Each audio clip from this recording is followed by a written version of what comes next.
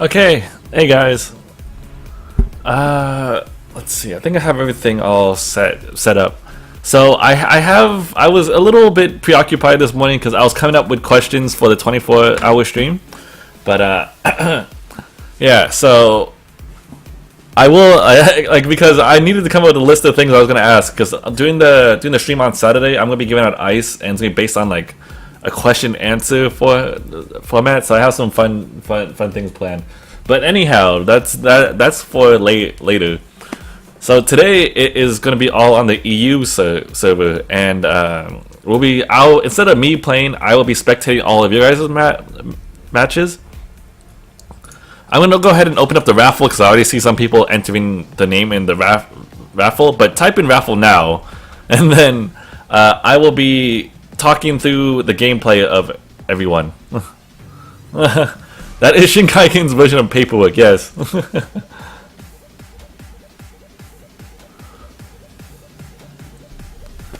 But yeah, so let's see. I want to spectate the first match? Yeah, sure thing.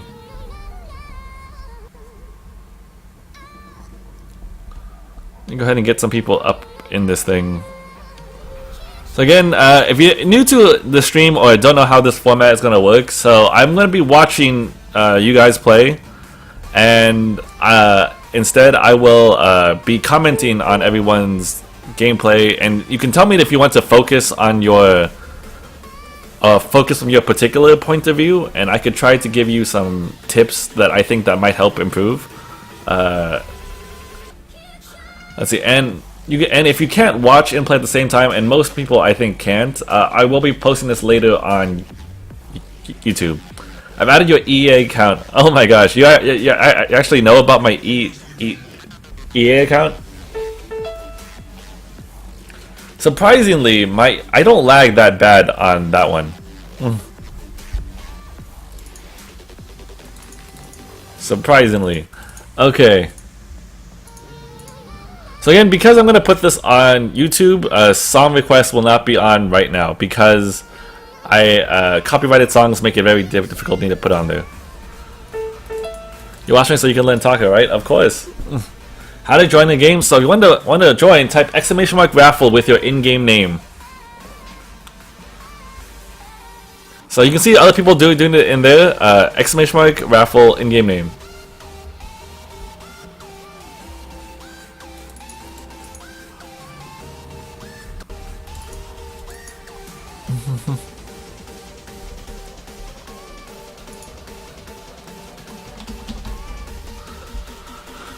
Okay, let's draw some names then. So first up, I have Little Assassinator. Remember, I am playing on the EU server today, so just as a heads up there.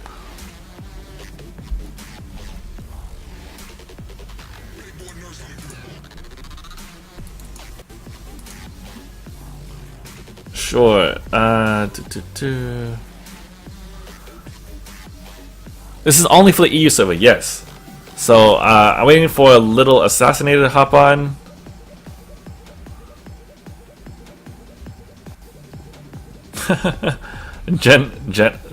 General's name. Oh my gosh. It's been 4 whole days since the last Space Jam. Don't worry. If you want to make me listen to more Space Jam, it's going to be tomorrow. Wednesday, Thursday, Friday, because I don't ever post those things online. So you can request all the Space Jam you want, within reason, of course. And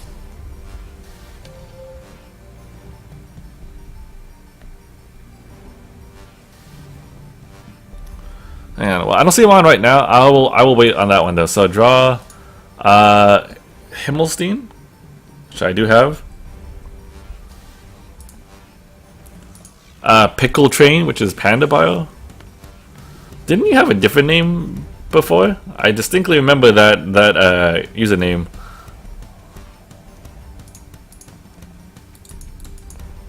How to pick server? You actually can't switch servers. Hey there, Velocidactyl. What is up, man?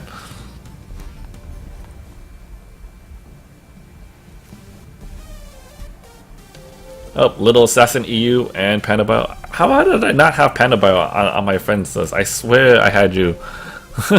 I always see your name pop up. Panda Bio. Oops. Bah. Okay, there. How did the Space Jam thing start anyway? I don't know. I think someone just played 10 hours of Space Jam.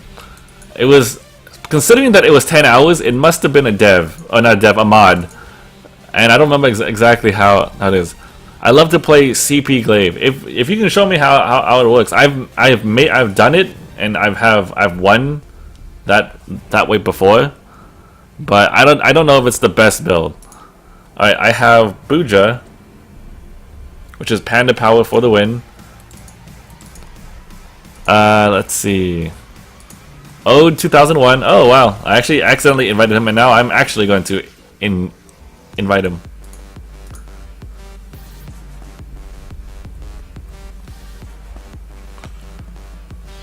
And last but not least, I have Swoosh. Okay.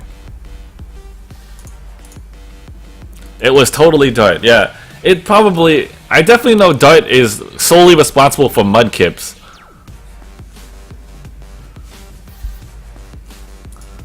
Okay, so right now, normal length Space Jam was requested before 10-hour version was requested. That's true.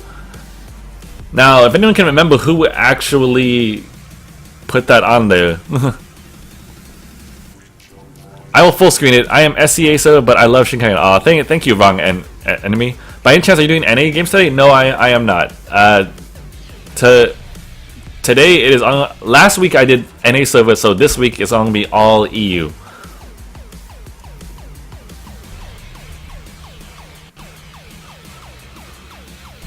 Don't worry, Dart. There is currently no song request, so you cannot request 10 hours of Mudkip.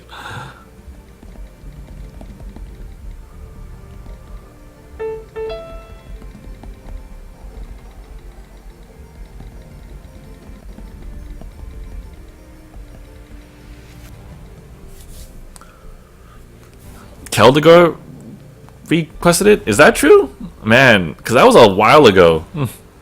That's not what Moobot said. Moobot can say things, but I am not using Moobot to play my current music. So, again, I will mostly commentate on what everyone is doing. But if there's any one particular person that wants me to concentrate on what they're doing, make sure to tell me ahead of time, and I'll try to glance more at your character.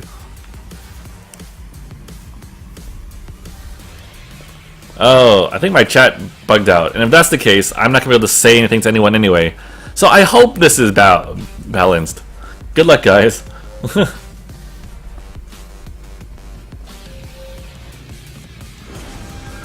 Oh, okay. Crocodile song? Yeah, like I said, no song request today. Again, I will be putting this on YouTube, so for the people who are currently in this game, so that they can watch it later if they want. I want you to concentrate on what Quinkle is doing. That might be a little bit tough. Mic is too loud? Let me see. Does anyone else have that problem? Because I imagine you just lowered the overall volume. Because I do want my mic to be at least the loudest part. But I don't want it to, of course, dwarf the in-game sounds and things like that. How many people have been selected for games so far? All 6 people have been picked already. But after this game, I'm going to draw a whole new set of 6. So the first thing that I always do when starting a new game is look at the team comps. So we have Taka, Arden, and Celeste on Team Blue, and we have Taka, Saw, and Arden on Team Red. So both team comps are pretty close, I would think, except Saw is probably going to go Weapon, I think, and Celeste has to go Crystal, unless it's going to be like a trolley kind of build. If Saw is going Weapon, Celeste should have the upper hand, because Celeste has longer range than Saw and can just poke from way out of distance. However, if that is Crystal Saw, then actually Celeste will be the one having a hard time.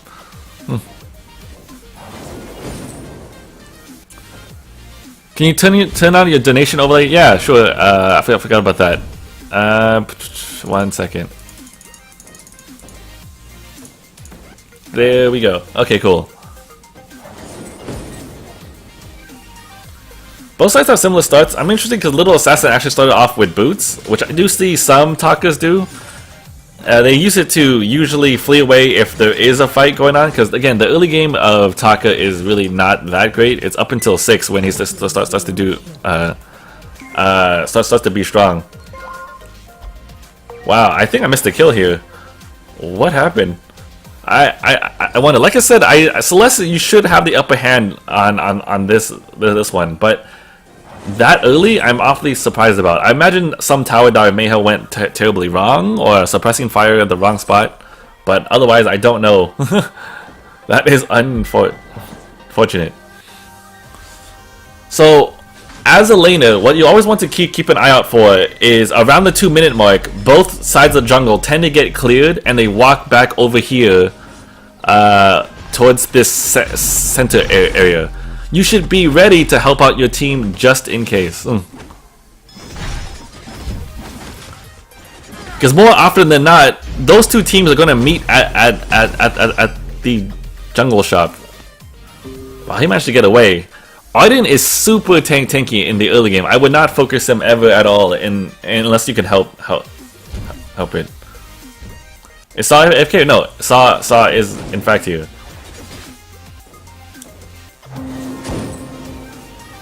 But anyhow, because of Arden's passive, he regains up to 1% of his HP after every time he gets hit. In the early game, you don't have a lot of damage, so you're going to constantly do small packets of damage to him, and so it makes him actually recover quite a bit of health.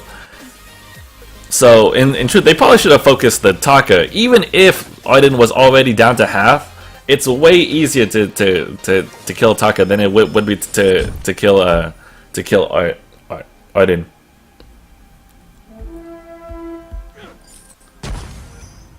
Oh, they managed to catch out Taka, but I don't think they'll be able to find him. Instead, they're gonna fight Swoosh instead. You notice that Team Red has actually set up some defensive mines. They put one on their camp so they can tell when it's up. Even though that's really nice and it allows you to tell where they are. My initial mindset would probably be in this bush or down here, because that way you can both see them enter your jungle, and they step on it, they'll be dissuaded from actually invading because they'll do a lot of damage. It's also harder to deal damage on Arden the more health he's missing. So he's very durable, absolutely. Oh shoot. Based on where he died, I think they invaded too far. And I'll still do this on occasion as well, but generally speaking, in the early game, going for these back 2 camps incredibly risky because you have a long way to run to get to anywhere safe. And the enemy can respawn super quick even if you kill them. So in the early parts of the game, unless you have like all 3 members of your team or are just that confident that you'll win, I would stick to the first 2 camps. Let's see, I still can't tell what Saw is actually building. He has 1600 gold, but he hasn't spent anything yet. And I think because he died really quick on the first phase of the game. Meanwhile, Panda was doing much better with 27 CS and nearly 1500. No, not 1500. 500 gold lead. What I would like to have seen there is that I believe Panda missed a really good chance to harass the enemy. So if there's ever a time that Saw misses his suppressing fire as Celeste, what you want to do is throw down Heliogenesis, throw down an auto attack, then wait a little bit, and then throw out the stun. Because suppressive fire is basically a 2.5 second stun on himself anyway, right? So don't waste that stun, quote unquote stun, by throwing out your stun too early. Throw it at the end of his suppressing fire so that we can get in as much damage as possible. If you do it right, you should get in like 1 Heliogenesis, an auto attack or 2, the stun, and then the supernova as well. Oof.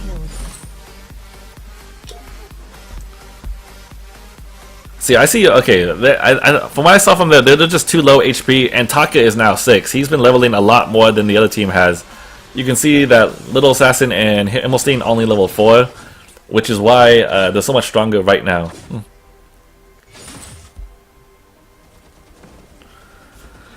They're gonna have a hard time because now that their Taka is ahead, and they have a mirrored jungle match, it's gonna be up to the laners to really help out this match because. You know, level 6 versus level 4 Taka, level 6 will win almost every time.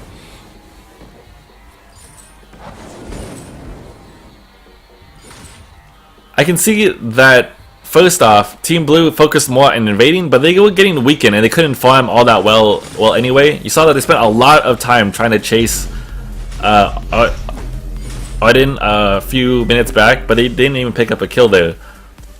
Meanwhile, this Taka has been trying to level the whole time, so it allowed him to get quite a bit ahead. I would honestly, if I was him, press his advantage. Oh, but the Celeste came, and he doesn't seem. Oh, he's out of energy.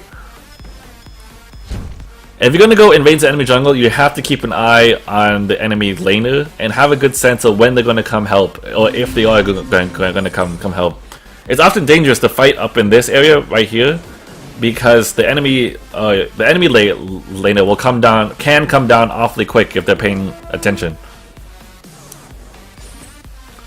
Man, red team though has complete dominance of the jungle right now because they're higher in levels and they spent a lot of money on scout traps.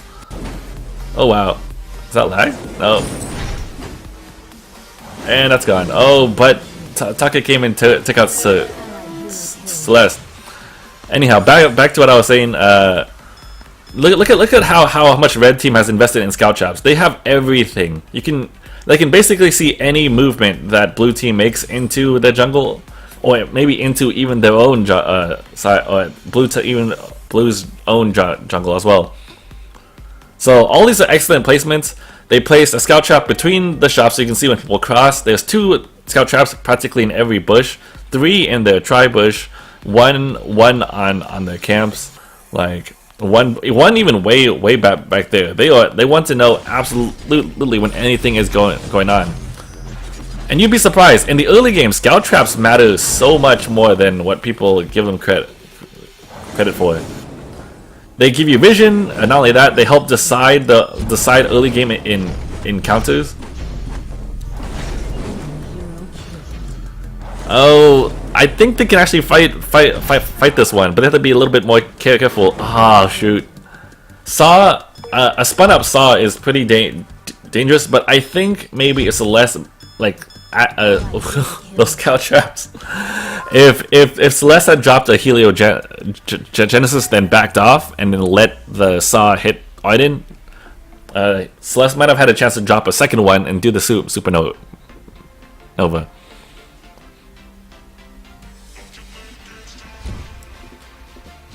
What I find interesting is this guy is actually rushing an incredible amount of lifesteal. He has a Serpent's Mask already, and he picked up a second Book of Eulogies. The fun part about that is these effects actually stack. Book of Eulogies has a different passive than Barb Needle and Serpent's Mask, so you will heal the 70 HP from Barb Needle or Serpent's Mask, and in addition to that, the 35 from Book.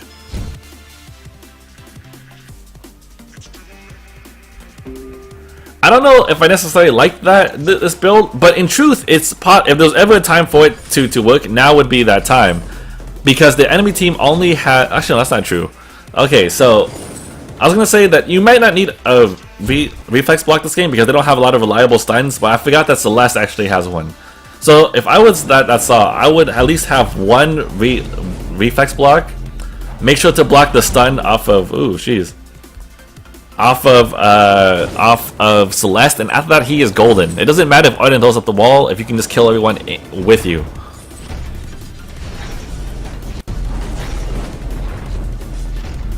And he throws up a counter while that ult hits, does a good amount of damage, but unfortunately the ult doesn't have quite the oomph until he's she's level 6. Oh, not 6, 12.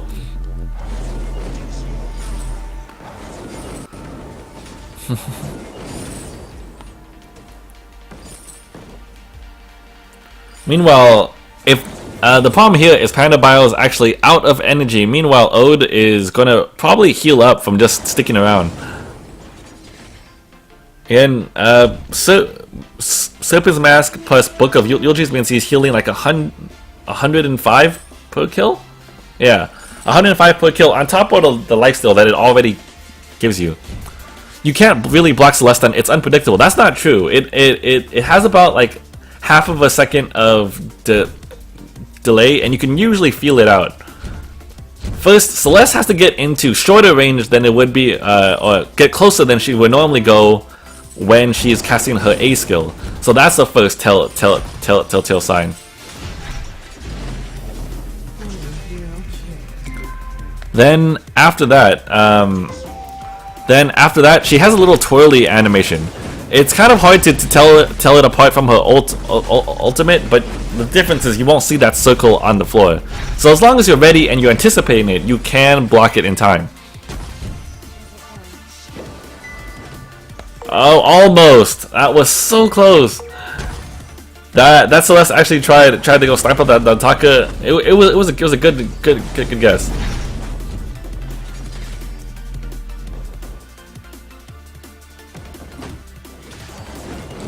Doesn't Barb Needle only heal what is it called? Hang on one sec. Oh, I'm sorry. Barb Needle heals 50. For some reason I was thinking it healed differently. It's 100 if you're melee. So it actually heals 50 plus 35. Is that right? 50 plus 35, so it actually heals 85 per one. I could have sworn Barb Needle healed more than that before, but maybe I'm just crazy. Does the passive of Book of Eulogy stack? It does with Barb Needle and Serpent's Mask.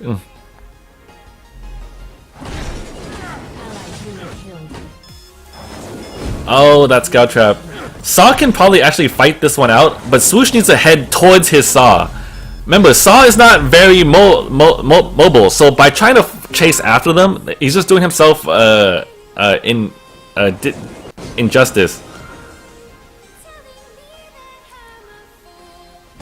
Like, Saw can't get to the fight very easily. It would have been way better if Odin ran left towards his Saw instead of running away from his Saw, chasing them down. On top of that, that Saw should have stayed in fight. He was healing quite a bit. He only needed like a couple more attacks on Celeste. After that, Saw would have never been taken down by Odin because he has all of this lifesteal, and Odin doesn't do enough damage right now. See, Odin does nothing to him, so he doesn't have to worry about that. His biggest concern is first stopping the stun from Celeste, and after that the burst damage from Taka. But if he can endure that, it's okay.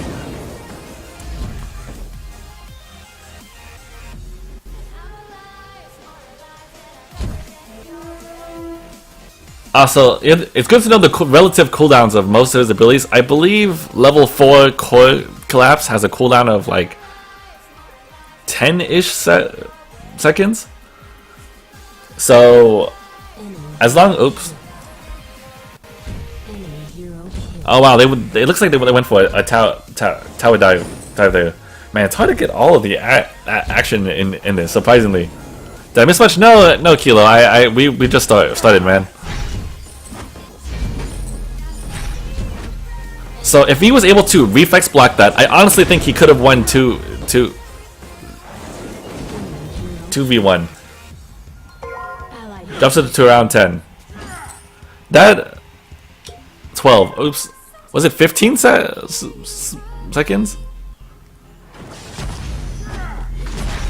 Either way, the point is the cooldown on it is relatively long. So unless they maxed it, it would take a while for.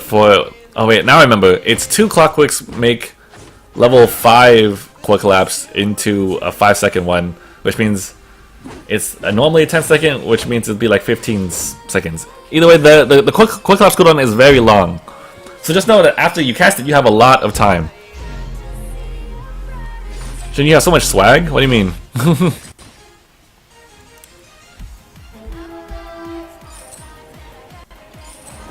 So again, if this Saw can just block the stun, I think he can win the fight 2v1 no problem. Because the way he's doing it, he's stacking tons of lifesteal. The other team hasn't built... Oh, actually no, they do have one Atlas, so he has to watch out for Odin. You can reflex block an Atlas as well, but it's pretty hard to be entirely honest. You'd have to kind of predict it. Ooh! Of course, if he gets exploded immediately, that won't matter a whole lot at all. But what a great ult. So, what I find interesting though is Panda Bio actually built a alternating current. I don't know if I would agree with that because it's a very short range item, and it's usually very risky to get into auto attack there. 18 seconds. Okay, thanks Ketsu. I was saying that you should know the duration of stuns, and I didn't even remember. I just knew it was long.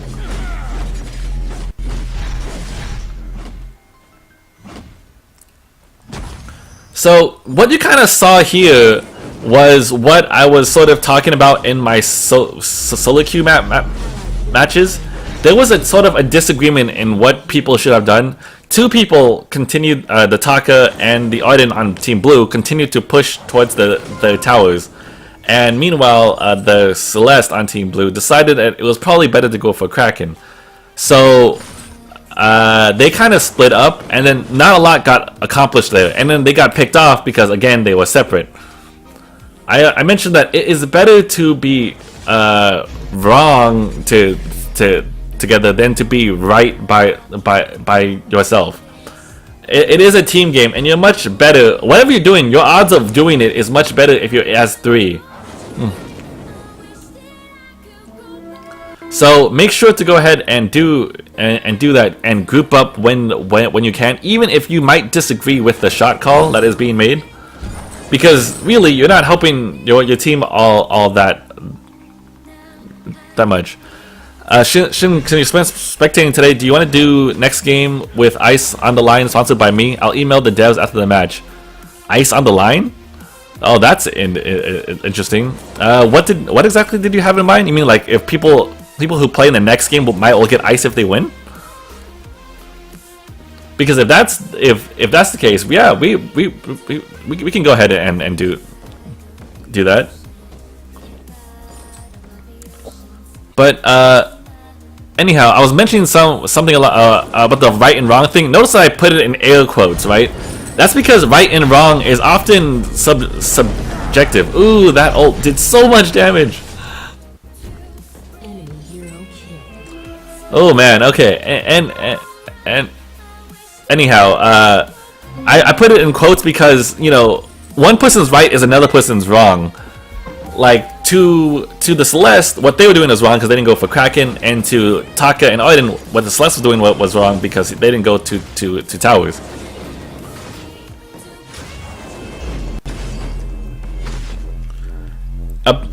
See, what I don't like here is the Saw upgraded his boots to level 3 boots. Instead, a much better purchase for that amount of gold was to work towards his Aegis. If he had that, he would have been able to sustain a lot more damage from the Celeste, which is the main thing that's actually killing him right now. He has built up a lot of lifesteal, but he can't lifesteal that long enough because he gets instantly nuked by Celeste.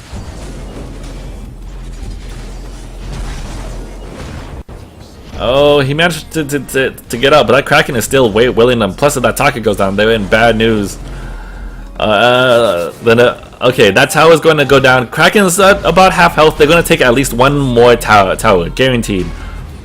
Unless for some reason, or red team just manages to ace all 3 of them instantly, which I doubt. I actually don't know why Arden, or not Arden, Saul walked out so far forward. He should have fallen back and make them have to dive for it at the very least. This might end up being game because if they can ace here, there's no way that they can that they would be able to lose, because they would just be able to tank the tower and win. Even now, though, it's probably game. What I didn't even realize is the gold difference is pretty immense between the two teams. Basically about 10k difference.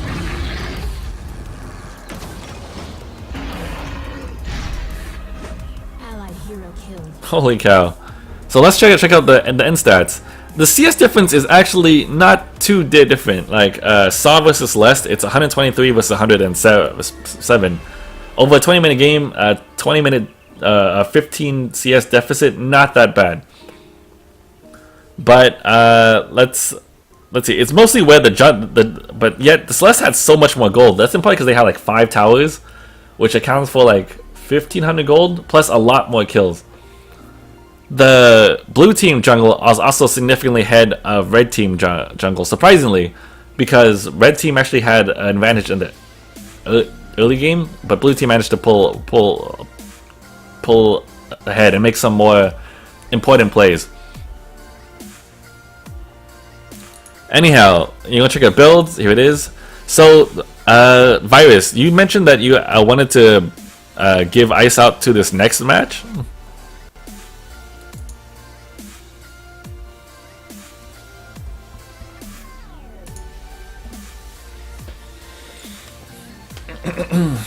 Because if so, that's going to be pretty cool.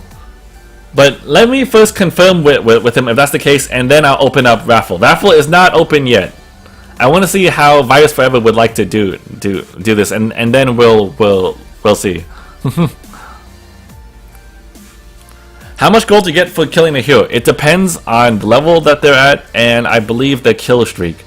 So if you have like 10 kills and 10 kills and like 0 deaths, and then you die, you're gonna be worth a lot of gold. Okay, so alright, so this next match is sponsored by Virus Forever. He said he's gonna give out 500 ice to each winner. So not only will this be spectated, but also that that you have a chance to win. Alright, so now Raffle is now open. Type !_ Raffle if you want to play. Remember, you have to be on the EU server. Let's see.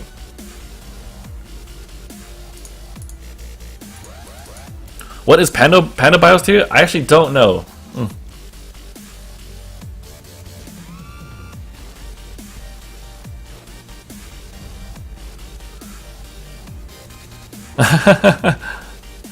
Man, all of a sudden, tons of raffles.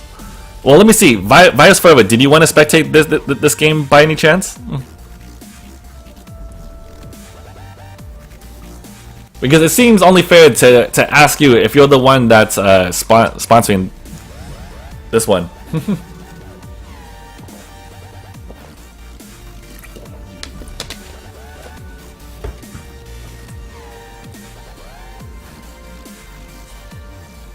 Not Zken, Raffle, your mom. Give away my spot. I don't need ice. Virus is technically not a subscriber. It's true, but I think this would be one of those exceptions. Plus, he has been around and has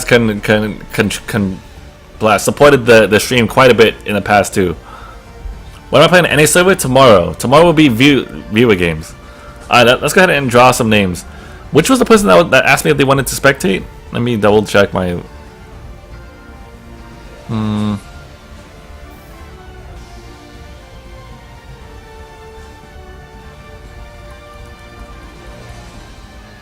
Luna, hey! What's up? Draw the first name. So, Darren L1995, which I believe that's his actual in-game name.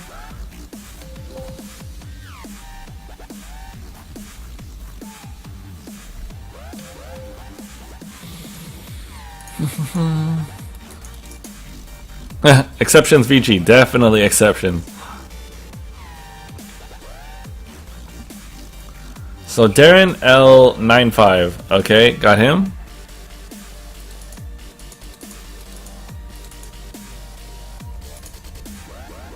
Wow, Dart?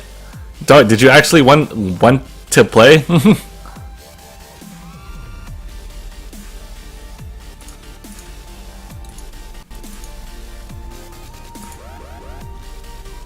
Who else is here? Pat has hats. You wanna hop on?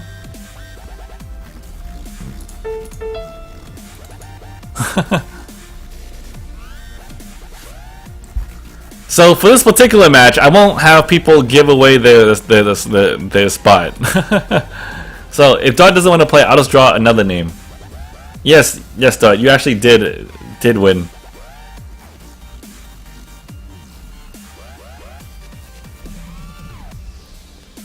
I didn't expect that. Are you not on the EU server? Yeah, sure. I'll try to send the invite.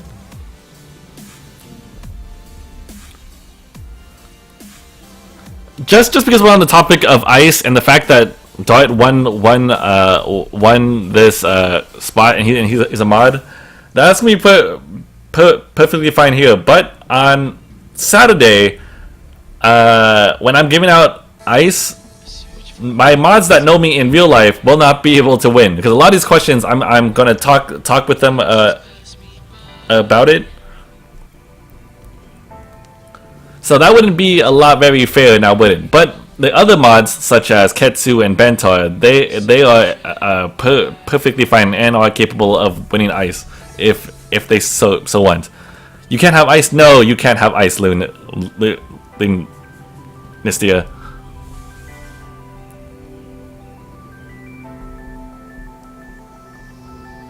Why don't they allow gifting ice in the app? Probably because they just haven't developed developed it yet. That would be my guess.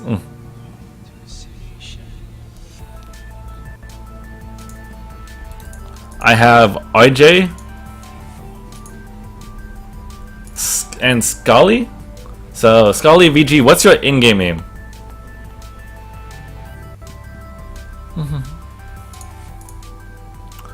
I think it was Keela who went to spectate. Okay, cool. So Keela, I kind of that's what I thought, but I wasn't sure. So I'll go ahead and switch those people up. So if you do want to hop on, Kilo, I can give you spectator for this one.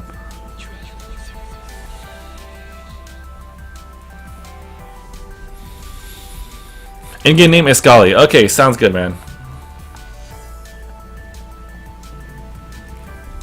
Shin, can you explain how to subscribe? Because I've never done it before. So in order to subscribe, you type in exclamation, or if you're on mobile, type exclamation mark sub, and it'll give you the link on how to do it.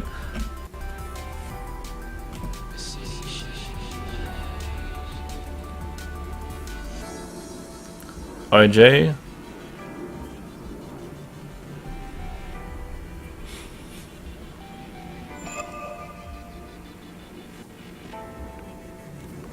And then the last one will be VGN24, which I already have on my list.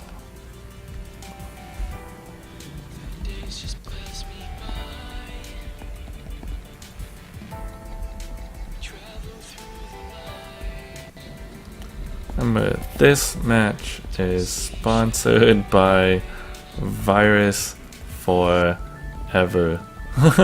The winners will get 500 ice.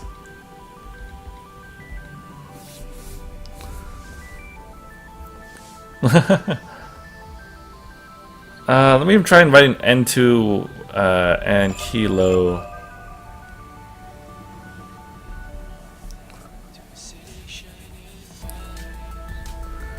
Decent-ish. N24. What is your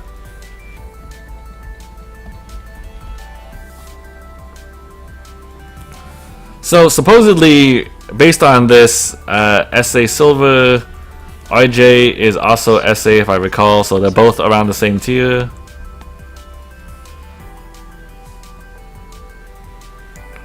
in a perfect world, I would have N24 be a POA.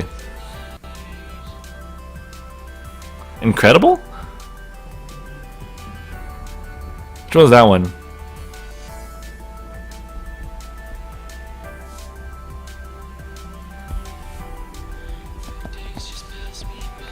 I assume he means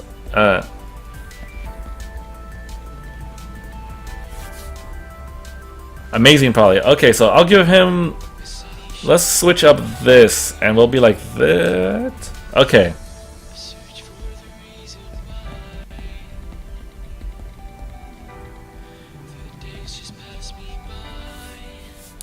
So we have Darren L and Pat has hats, which I think they both said they're in the hotness or decentish, pretty good area. RJ and Scully, which are in the SA area, and Dart and N24, which are roughly around the POA. So that should make it fair.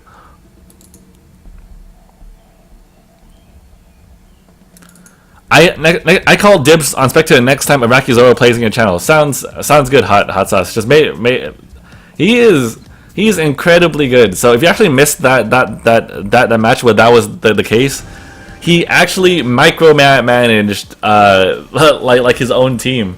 It was Yuma and Dart playing with him, and he basically pinged them on where they all needed to go.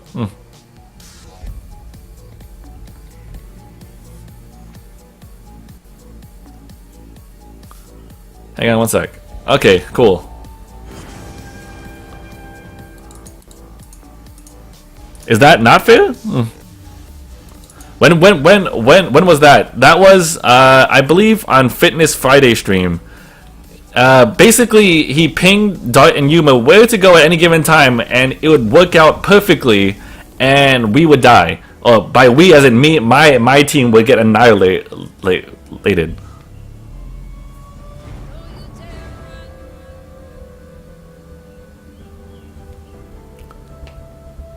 Is this a Iraqi Zoro match on YouTube? I don't think so. You have 2 POAs and 1 Shin. Scully said he was SA. And N24 also kind of dipped into the SA range. So, and I know that Dart has been POAs, so he offsets that a bit.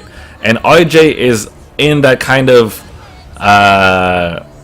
SA POA area, so to me that seems fair based on rank. Oops.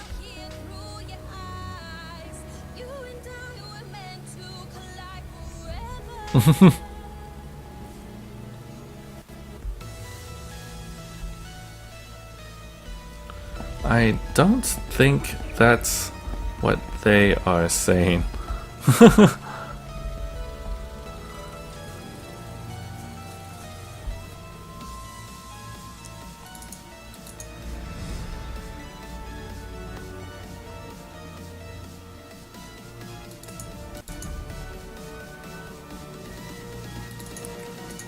Okay, just to make sure, which team do you feel is lopsided? Team A or team B?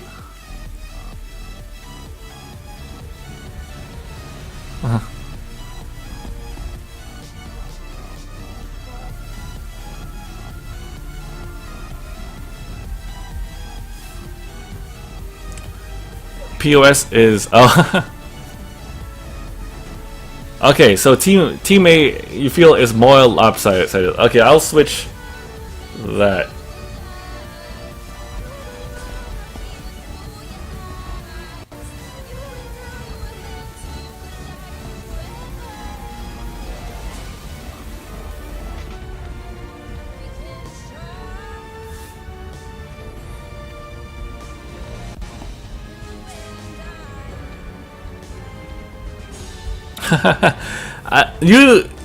Usually, I don't think it's that big of a deal if the teams are slightly off. But the only thing is, this one is based on ice, so I would imagine that they wanted to be a little bit more fair.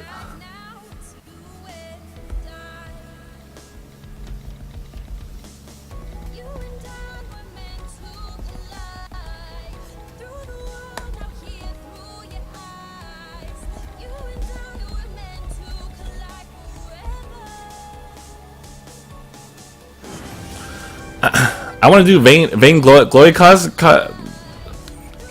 That would be cool, but I don't know who or for what or for when. Do Petal, and then we could be your Munions.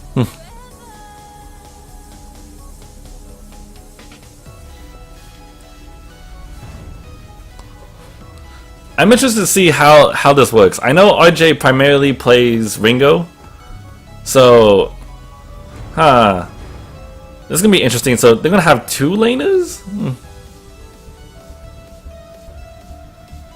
You're right. I'll do human Petal. See, perfect. And then everyone else will be Munions.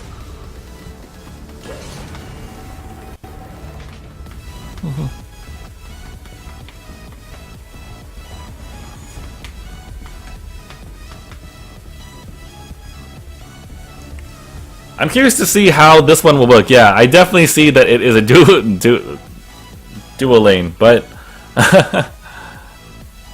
guys get the short stick when it comes to cosplay. I don't know about that. There's a lot of cool cosplays that you can do, especially in Vain Glory, right? Like this saw, you can make a big machine gun. You can play what's it called? Arden had this big backpack with a fist. You know, I think all that would be really cool. My first Spectator looks pretty clean, right? It does. I'm surprised at how well they were able to do this in such short time.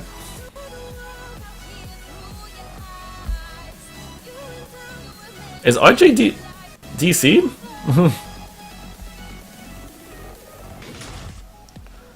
Man, we have been running into all kinds of problems today. Stop the game? Oh my gosh. What happened?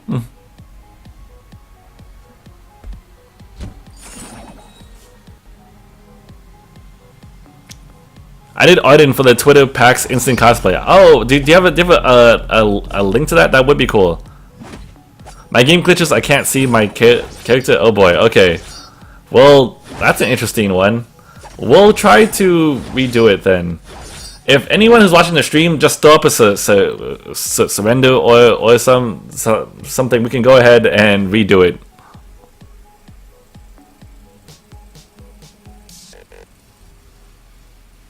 But usually, often, if you close the game and then restart the game, it's okay. So give that a shot first.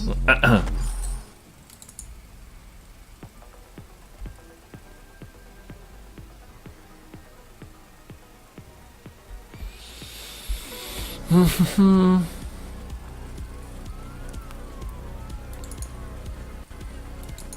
was actually interested in this match because I don't often see two Saw players go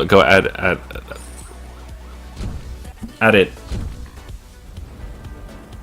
Oh, thank you guys.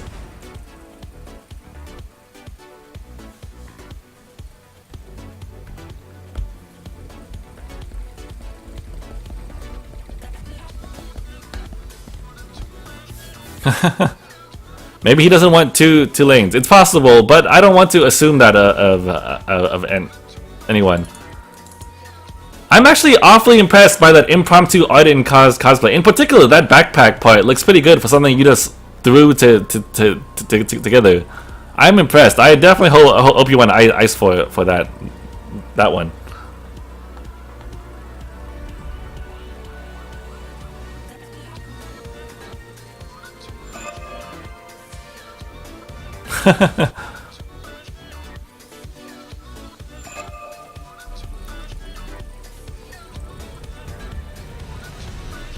We'll try again, and if RJ has any more connection issues, I will probably have to replace him if that ends up being true. All right.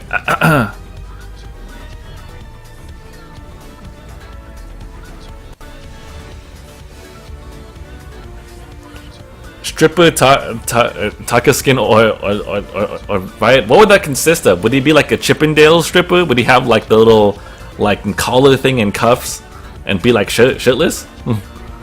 I finished just before going to work, so I wasn't able to pose properly and stuff, but I won 750 ice. Nice. You definitely did deserve it. That is really good.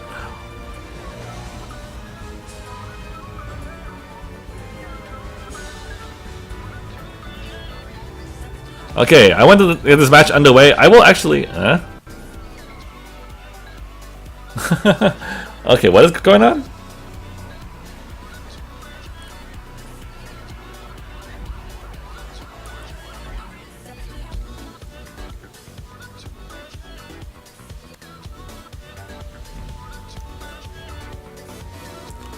Seeing workbooks in practice mode. Okay, so again, we'll give it a second. Then, sorry for the delay, everyone. This time, don't auto lock. I'm probably gonna block out the what's it called? The everyone's selection just in case. And people like trying to peek at it. I don't think people care that much about 500 ice, but you know.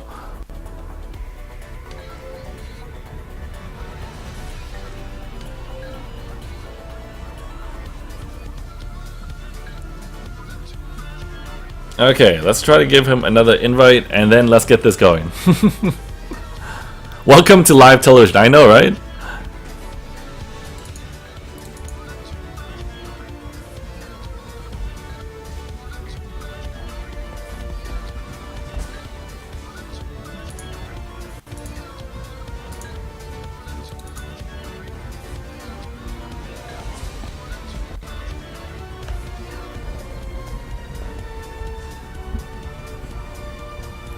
Alright, so I'm gonna go ahead and draw another person. Type exclamation mark Raffle with your in-game name, and we'll fill the spot.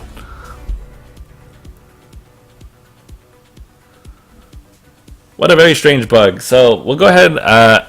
Sorry everyone again about the delay, but hey, live television. Is music working today? Because I'm planning on putting these ones up on YouTube, I do not have song request on.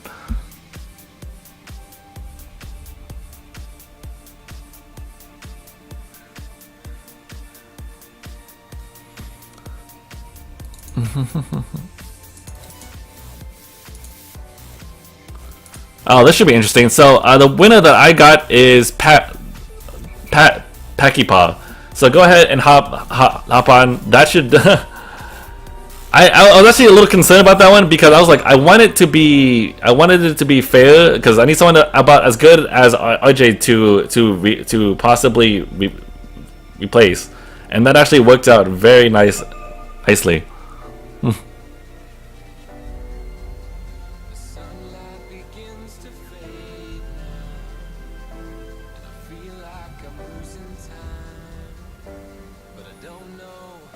Actually, I don't mind sponsoring some matches on your stream with Ice. Not so sure how transferring Ice is done. You have to tell me how it's done before. Pat and me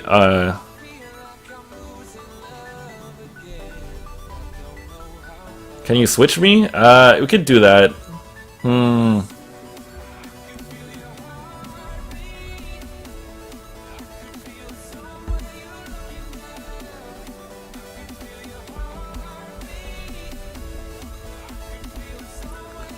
I'll keep the teams.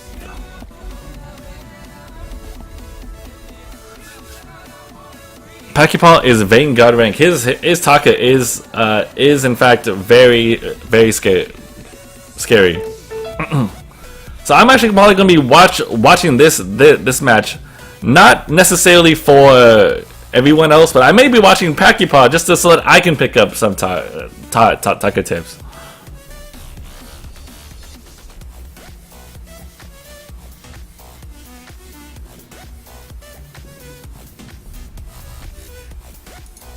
It's okay. We're having a soft core tournament match.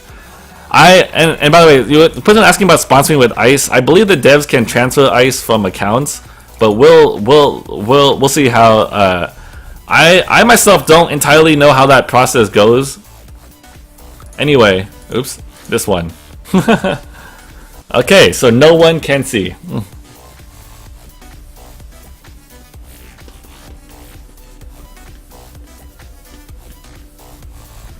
I'm curious to see what people are going to pick, and I know that Dart knows that Packy will more than likely go Taka, so I wanted to see if he adapts a different tactic based on that. We should be able to bet on who we think will win. Hint, hint. I don't have a point system on my stream though, so that's less useful. I guess. Are they playing for Ice? Yes. This is sponsored by Virus Forever. The winners will get 500 ice each.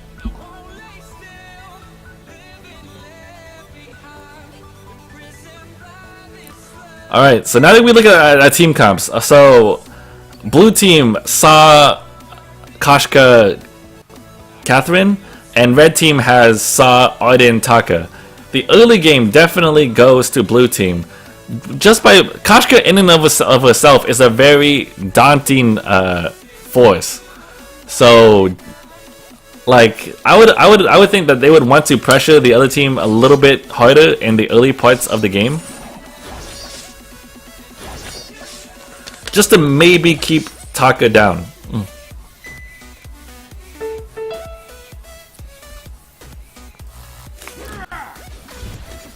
I trust that the Virus Forever will do it. He's been watching the channel for a while and has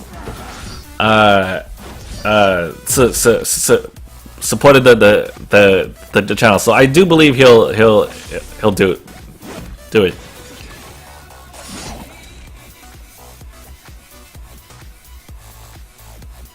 So you can see the early game, the red team has to back off because Koshka is pretty scary, right? She has the highest armor and shield right now at level 1. She's at like 40 something. I can't remember off the top of my head. So 40 something armor and shield makes it leagues higher than even Arden or Catherine or even, and I think she ties Jewel even with Jewel's heavy perk thing. So which is why she can kind of go where she wants and not really care that much. However, she does fall off a little bit later. Meanwhile, Taka can do tons of damage so long. Oh, they managed to get a stun off, but he's probably going to stealth real soon anyhow. He has his, oh no, he took 2 points in his chitin. They can actually chase him down. That's actually an interesting choice. I actually didn't realize that he did that. I think he may have picked it because he didn't anticipate fighting too early on, and that way he can clear quickly. But that didn't quite pay off as well.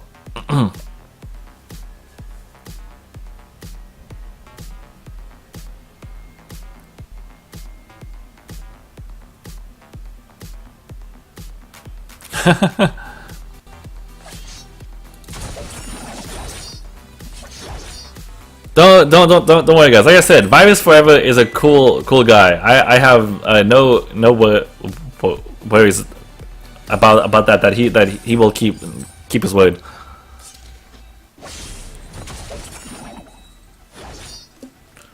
So right now, interestingly enough, the Saw on red team started off with boots. Meanwhile, the Saw on blue team, oh I'm sorry, red team started with boots, blue team started off with a swift shooter and also boots. I feel in either case, it's not the most optimal. Especially a swift shooter on Saw, because Saw already has so much attack speed that he actually caps his own attack speed at 12 stacks of spin up. So really, once you hit 12 stacks, it doesn't help out too much, but it does make you get to those stacks faster. Oh, is it going to go for it? I don't think it's going to have any other skills up. Usually, as a Saw, I would prefer to start with a weapon blade if you want to do heavy damage, or a Book of Eulogies if you just want to farm it out. In my opinion, if you're going weapon, anyhow. Brian Glory, thank you, man, for subscribing for three months in a row. That is awesome. Brian, I love Brian Glory because he's like always around. He's like very supportive, and I usually see him actually drop by and check out all the streams that I come by, even when I mention him on Twitter for a little bit. Like I saw you the other day on Lunistia stream, also on the Japanese stream that I was playing on for a little bit yesterday. So thank you, man. Okay, so N24 ended up building a reflex block and a Barb Needle, which is both, I think, very good choices. Barb Needle's an alpha, a lot of damage, but at least he can survive through, he can farm up pretty well. And the reflex block should keep him safe from things like when Koshka hits 6 or when Kathleen comes up to stun.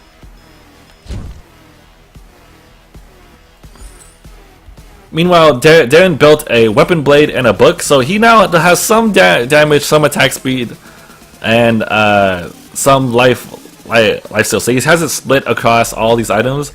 I am curious to see, and that's fine, by the way. When you see me play Ringo, I often build like a heavy steel, blazing salvo, 6 sins, like a barb needle before I finish any tier 3 item. But I am curious to see which tier 3 item he wants to finish first.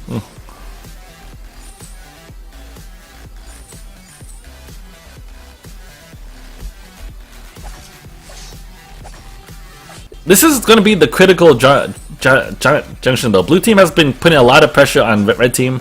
They have 1.4k gold up on them. Darren has been out farming N24 as well. However, now Packy is going to hit 6, which is where he starts to become stronger.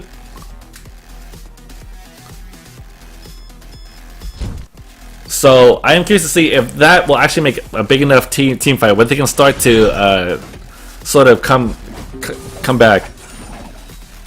Wow, Koshka hits like a truck for as tanky as she is. This is why you see her so often in high level gameplay.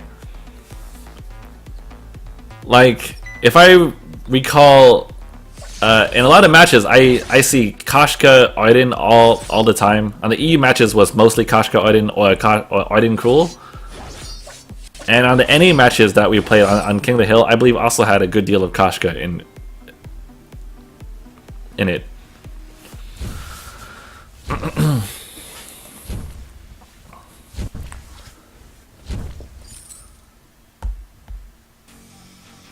Okay, let's see. She needs to be nerfed.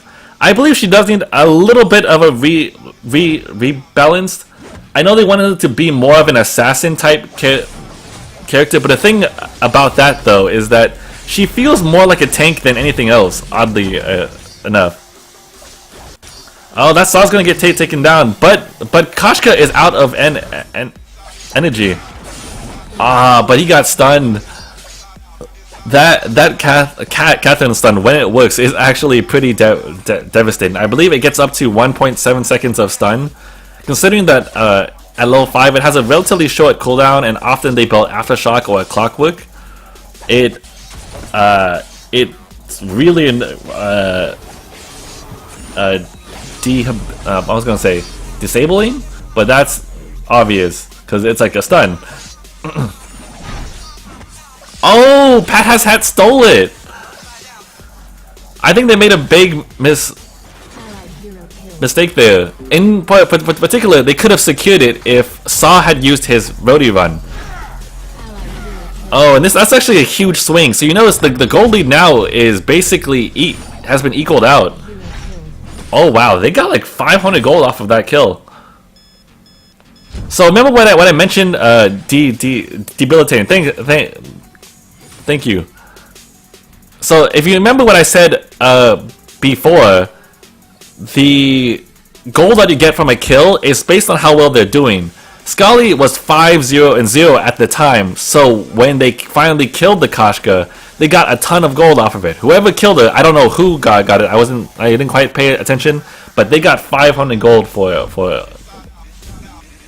it. And now, just like that, the gold lead is now 500 gold in for the red team. So those are some amazing plays by everyone there. Do you think Dart would red off going early Crucible? Pachypal is almost surely going Tenchipo. That could help. That or like a fountain, something to protect his team. He has to stop them from being bursted. Mostly Saw. Because Packy will probably go against Saw in most cases because he's the squishiest one. Also, someone asked, what is the most common team comp? Often, I'll see some combination of Ringo, Arden, Koshka. I've been seeing some more Cruel lately. Uh-oh. Oh, man. This is starting to go very, very strongly in towards red team. Like I said, when Taka hits 6, though, that's when it's his time to shine. And there might be a swing in that direction right afterwards. I see Vox, too, on these days. Heroes that I don't see in high tier is Jewel. I don't usually see Saw. I don't often see Catherine anymore, even though they used to have a... people used to play her all the time. Petal I occasionally see, but not as much. Adagio is still sometimes played. Who am I missing? I don't usually see Taka. I think that covers it, or at least most of them. So if you look at the team's damage, actually, red teams doesn't have like a ton of damage, but they're pretty tanky. So everyone on the team has a reflex blocks, some kind of HP item. On top of that, the Saw hat rushed a Serpent's Mask, so he can heal quite a bit. Dart has actually picked up a Fountain, like I mentioned, and he can use it to help heal his teammates from the initial burst that Pakipa might have. Oh, will this be enough? Interesting enough, if I was Dart, I probably would have initiated with my ult there. I do believe he had his ultimate up. If he started with his ult, they might have had a chance to burst someone down before they could activate their stuff. Wow, that was a risky recall. It was a good try though, because he knew they were probably gonna come around him. And then what about Scarf? I sometimes see Scarf, but more specifically Scarf players. Really? Your silence was down? That's weird. On my screen, it showed that your silence was up, which is why I mentioned that. Maybe spectator mode has a few bugs? Hey, remember the old dance moves that used to be in the game? There was a video circling on the forums. Is it okay if I post the link to either YouTube or the original forum post? Yeah, sure. I will permit you. I actually like those dances. I am curious to know why they took them out in the first place. So before the game was actually released, when it was in like beta, every character had a dance move, and you could activate it by double tapping the recall button. I believe Witty username number 13 is actually going to post the link to it if you want to check it out. I in particular like Koshka's dance and Petal's dance. Oh, and Glaive has a pretty funny dance too. I can't even tell what Catherine's trying to do in her dance. She sort of like drops her sword and kind of just shield and sort of walks towards it. You didn't finish about talking about Scarf, Tears. Where were you going with that? Oh, sorry. I don't see it Scarf too much. There's usually certain players that play Scarf that are high tier, but it's not a super common thing. Scarf, though, has been acknowledged to have a lot of potential because if he gets his ult off, it kills everyone. However, if he doesn't get his ult off, then he's useless.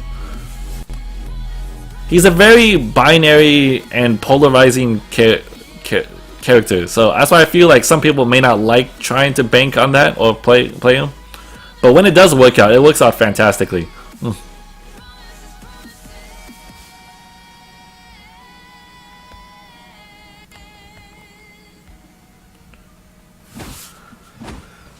Man, this is going to be very tough. So you can tell red team already up 4k in gold. The difference is starting to get like to a point where it's going to be pretty tough for blue team to come back unless they manage to, I don't know, get a good pick off and then push down some towers. Even though the gold lead is where it is, a couple good fights can totally turn it in their favor.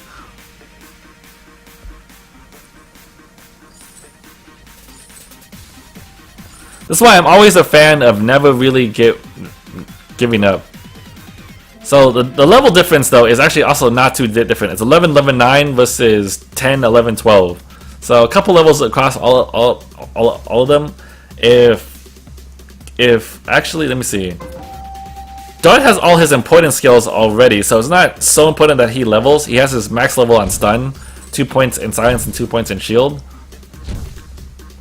Meanwhile, Saw has his Roadie Run at 4, Suppressing Fire 5, and Mad Cannon at 2. I wouldn't recommend maxing Mad Cannon if he's going a weapon route, because it actually does less damage than your normal auto attacks if you are going weapon, because the damage is based off of crystal. So with 0 crystal, it doesn't do much.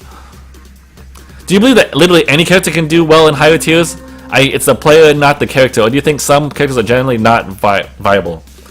I believe some characters have a harder time against general picks. I will talk more about this in a second though.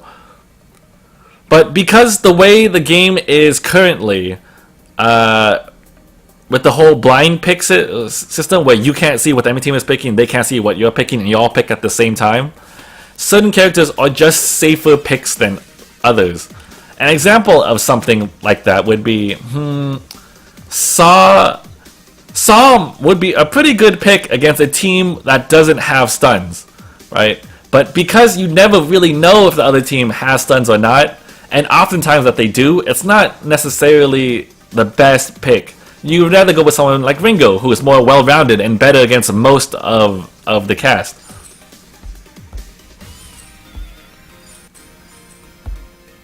Kashka is all around good because she's great at early game, and you can always stand to be good at the early game, right? Things like Celeste would also be better, or Celeste and Scarf would be better picks if the enemy team lacked a lot of mobility. But you can't bank on that necessarily. You don't know what you're going into. If we had a draft mode system, I think the distribution of characters might change quite a bit.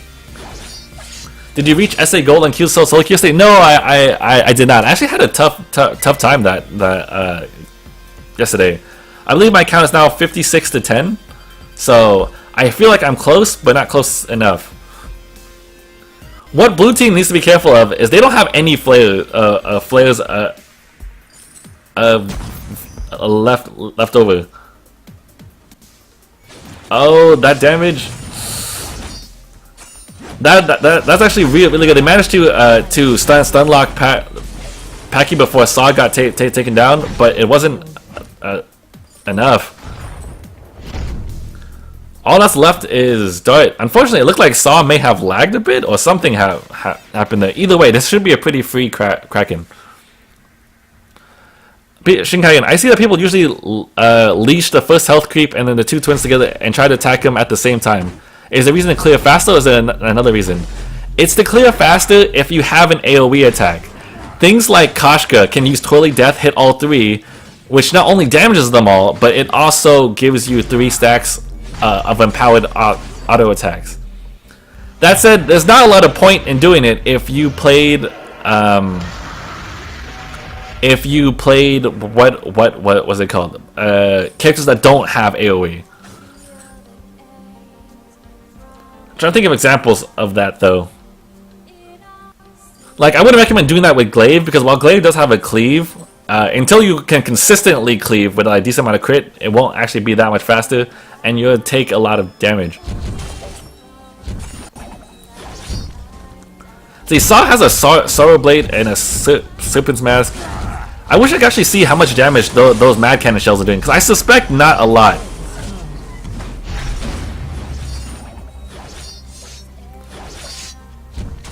Granted, against things like Kraken and the Vein Crystal that have a lot of HP, it might be okay. Because Saw has so much damage, they were actually able to take down that no problem. Oh, if they could actually... Oh, wow.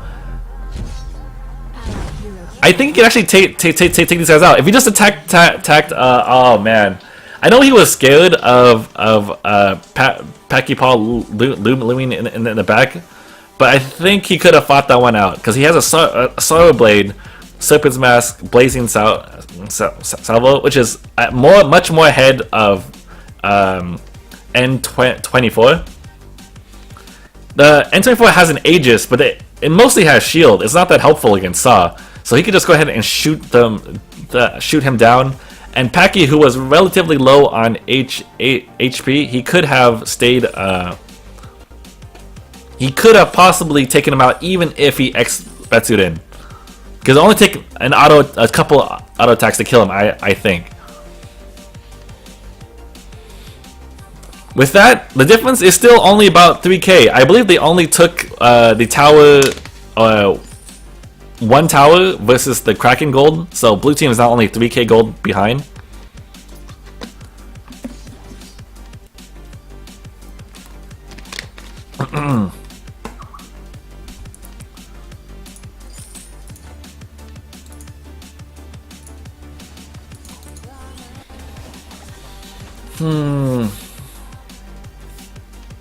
Five towers to 3 towers, that's not too bad. I really do think blue team can manage to pull this out, but they do have to pick off at least the Saw or the Taka and then pressure them while one of them is down. Death time was around this time, like 40 seconds, 50 seconds. That's a long time of being dead. That was actually a pretty good engage. They managed to do so much damage onto Paki. See, this is what I'm talking about. The key fight, that silence locked the enemy team out from using any of their skills. Then the Kashka on blue side immediately ulted Paki and held them there longer. Oh, it doesn't have any energy. Come on! Oh my gosh! Oh, and he went too far. Ah, that's such a shame. I know how frustrating that could be, because it was an easy kill if he had just a little bit more energy to pouncy fun. But anyway, that's what I was talking about. This is their chance to come back. They got a lot of gold for all those kills, and they're going to get 900 gold from taking this tower, which should put them only about 500 gold behind if they can take it. What they need to do is focus that tower, though.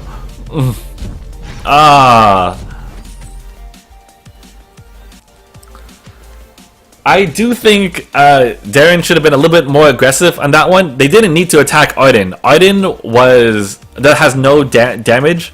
He only has a Shiver Steel, an Atlas, like a Pauldron, Atlas Pauldron, and a Crucible. None of which would really do anything. So if they just ignored him and took out the tower, they would be up a little bit more on gold. Okay, but that said, that did close out the gap. Now they're only about 1.5k gold behind. And not to mention, notice that red team has taken their minion mine, but blue team never took it. So often in these fights, all these minions constantly push towards blue team and gives them a ton of gold. Oh, they're going for Kraken? I think they were starting to, and then blue team suspected that was the case.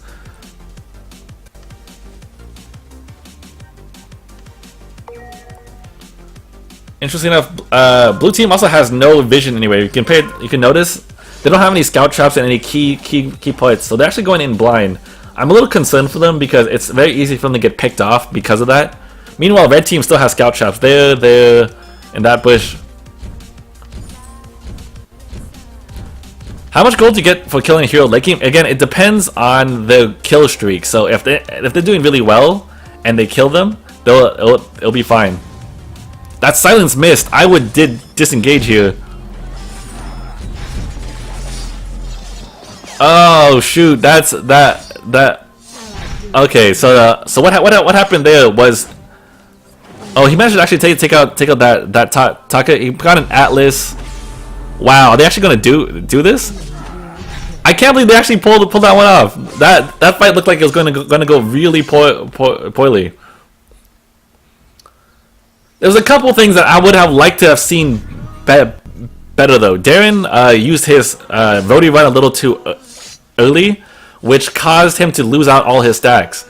Koshka or Scully did actually a great job because after Pachypaw jumped on Darren, he immediately used what was it called? Yummy Catnip Frenzy to lock him down. At that point, Saw had max stacks. He could have stayed there and shot him down, and then used Rody Run later. Now, however, I didn't mind the Rody Run so much to finish off the other Saw there. That was fine. Dart actually had a pretty clutch play by just walking up casually up to them and casting the Atlas. And the Atlas actually apparently stopped Saw from attacking long enough for the other Saw to basically win out. Not to mention that Darren has a metal jacket versus N24's at Aegis. So the armor helped him out a lot more in that particular fight.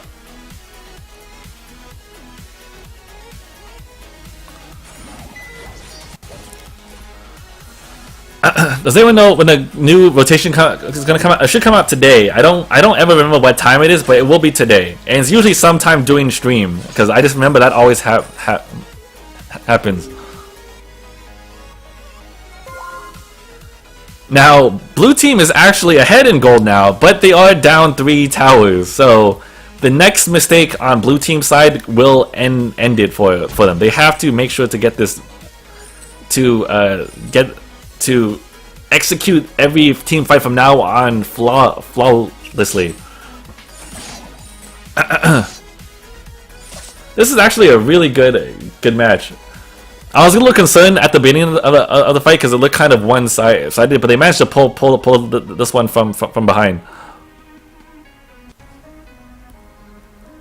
Does Spectating mode show active infusions? They do not. I had to actually tab into this mode and to see it. So no one has an infusion right now. However, I would probably buy them on everyone at this point, because the next fight will literally decide everything. Oh, no auto attacks? What? Oh, did all the Atlases go off? I wasn't sure actually what happened in that fight. Oh, that Rody Run didn't work. They have to bail on this fight right now because, oh shoot. Oh, that might be game. The other 2 people are down for 45 seconds and 50 seconds.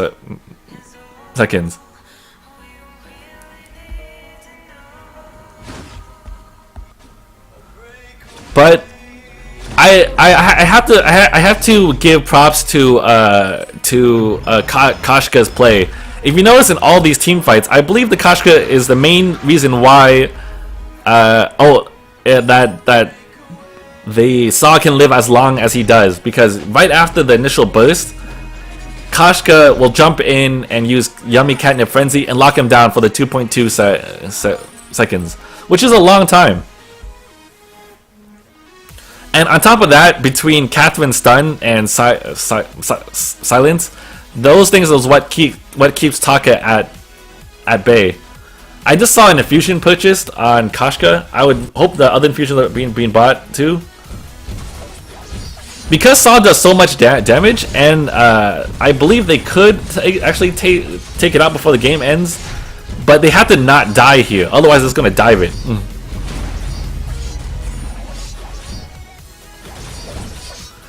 I feel like red team is being too passive though. If they had ran in there, they could have taken out that tower.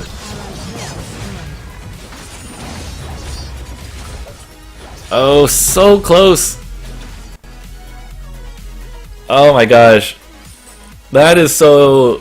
This is a part of the game that makes me always the most scared, because if there's a tuck on the enemy team and you have no turrets up, they can easily sneak in all the time.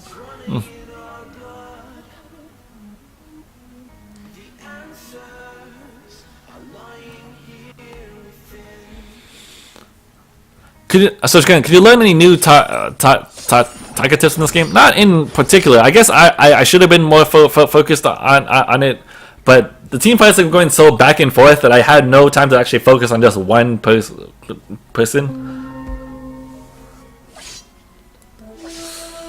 Oh my gosh, this is going to be so scary. Blue team should have bought a ton of scout traps just to keep vision on the enemy team. Because if that target just gets behind them, it's over. Oh, that knife. That's game. There's no way the Saw would be able to take out the remaining three people. And Dart has no damage to speak of at the moment, so I don't think he's gonna make it out. And that's gonna be game. But nice job on blue team though. They managed to hold out for 30 minutes. The gold lead was actually about even in late game too.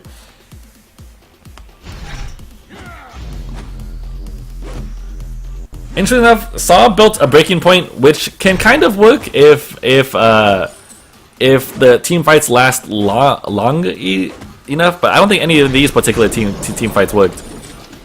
Anyway, congrats to Packy Paw, Pat Has Hats, and N224. You guys will be winning 500 ice thanks to Virus Forever.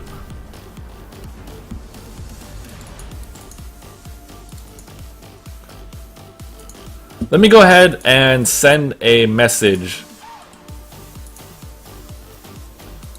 to Virus Forever so that way he can remember who these people are. Because I want to check the builds. Here it is.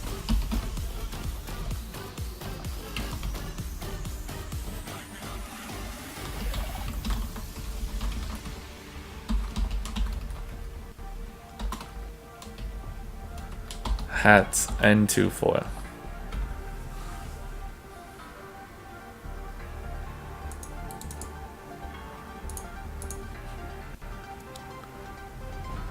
Please show Vox build. That depends if someone else plays Vox. Let me double check if I'm spelling his name right. Virus Forever. Yep. Okay. Cool. Okay, Virus Forever. I sent you a message over there. Thanks, Virus, for sponsoring such a sweet game, and thanks for balancing this game so well. Yeah, it went really back and forth. Any team could have won. I would have to say though that I would think. Let's see. I like the some of the initiations that Dart pulled off when he got the silence off the entire team. Those team fights you saw was what they were what they won. Kashka did Kashka aka Scully did a great job as well. They put a lot of pressure in the early game and also was very focused on locking down Packy Paw. Darren had a few good fights. I like the way that he itemized against the other enemy team Saw, and the Metal Jacket kept him alive in a lot of these team fights. However, I would recommend not. First, Blazing Salvo doesn't help you out too much because Saw actually hits the attack speed cap when he has 12 stacks of his spin up. So don't invest too much in early game attack speed. It doesn't really help all that much. And lastly, don't use your Rotary Run too early in a team fight. While it is useful for finishing a person off, you also lose all of your stacks. So, and it makes you be able to take a little bit maybe too long to build up your spin up for the next fight. Looking at red team, Packy Paw had some hard times in the beginning of the fight, but again at level 6 he started to pull the game much more towards his favor. Pat Has Hats picked a very good choice. He itemized to buy an Atlas Pauldron, which was very useful against the enemy team Saw because they don't have any direct stuns.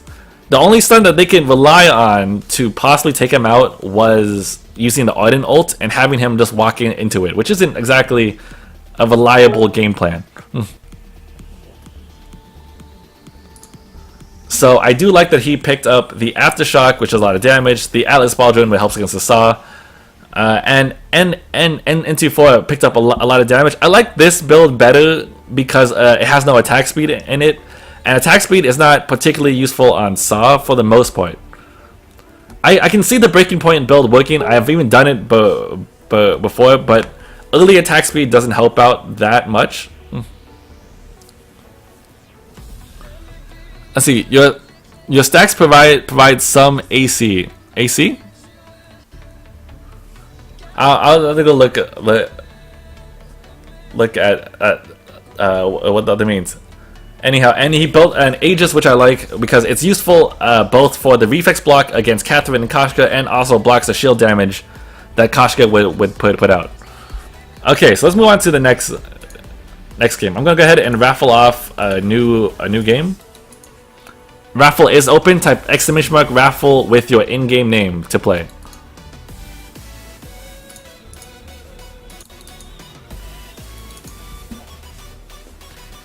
I'm gonna have everyone raffle. RJ, I'm sorry, man. Armor, right? Also, yeah, that's what you meant to say. Yeah, your stacks do provide 1 armor per spin up stack. So you're even less tanky when you drop those stacks. Could be possible that goes to my NA account without the final S. Oh, if that's the case, go make sure to tell Virus forever. Send him a Twitch message. Oh, these matches for Ice. Only that last match. That last match was sponsored by Virus Forever. He was very generous and put up 500 Ice for each person that won. I definitely do not have, as much as I would love to give you guys Ice for every game, I definitely do not have that kind of money. Take care of the Velociraptor.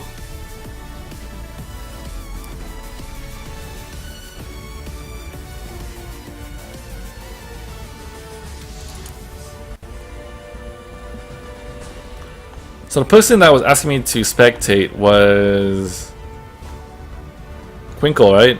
So go ahead and hop on. I'll put you in for a spectator. Okay, let's draw some more names. So we have Copy King 2, which is Sergio. Go ahead and hop on. I'll send you an invite.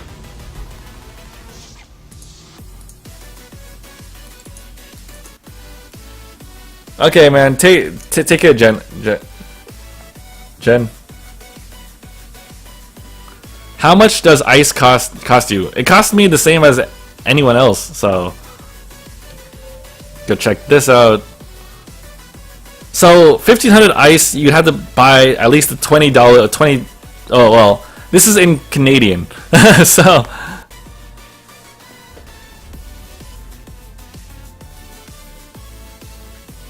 But you guys can check out Ice here. Do you have any plans to play video games on the SEA region? I don't know. I don't have an SEA account yet. I have recently made an EA account though, thanks to one of the other Twitch streamers, which was really cool of him. I believe it was Keisuke Keisuke0810, which I know I just butchered the pronunciation of the name.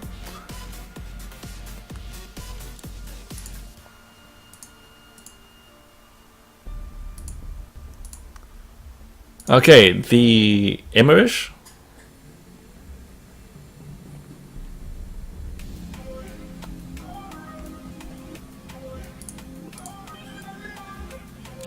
How do you give it away? Don't you email Beard? Yes, you have to email playoff Beard. He will transfer the Ice from one account to another account.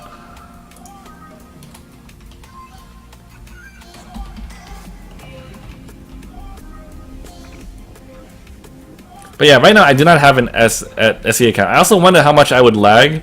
When I played on the Japanese servers, I actually had no problem playing on them.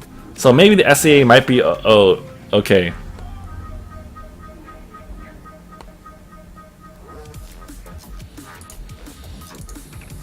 Alexino02, which is Owaquak.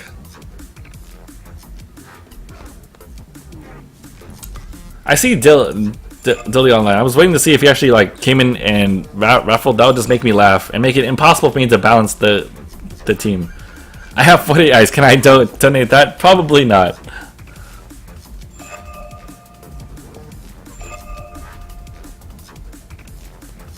Oh, that's. I thought you like paid them directly because they paid 30% to Apple. Oh, I actually didn't know that was a thing. I wonder if I could actually ask them if I could pay them directly for the ice, because I would probably prefer to do that.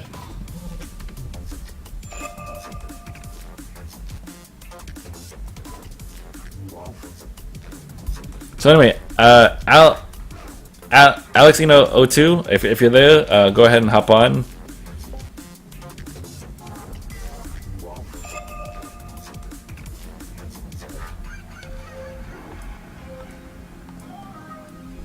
So there's an O name. But now I'm gonna draw some more names. I'll try to keep that in mind. Could you wait 5 minutes? I didn't need. Just wait for a very important phone call. Sure, sure thing. They'd probably prefer that if possible, so they can pocket more. That would be cool. I'm planning on giving away quite a bit of ice this weekend. So if that is a better option, I'll do that. Yep, no, always. I see it. I'll draw some other names first. So Vince 1314, which is Heaven's Fall.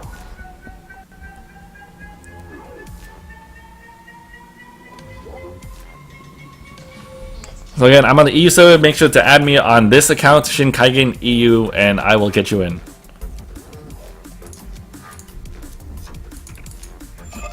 You just accepted a master baby to your friends list. I feel like I probably have already done that already, more times than once. I can't play it right now. Okay, sounds good. I'll draw another name. So Mathyman00, which is Mathymat.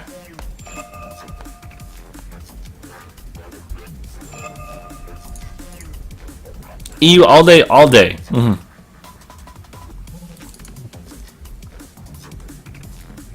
Could I maybe donate ice? Yeah, if you message, if you go message the devs, I want to make sure that I can get that ice to people though. Cause I would feel really bad if I promised ice and it didn't work.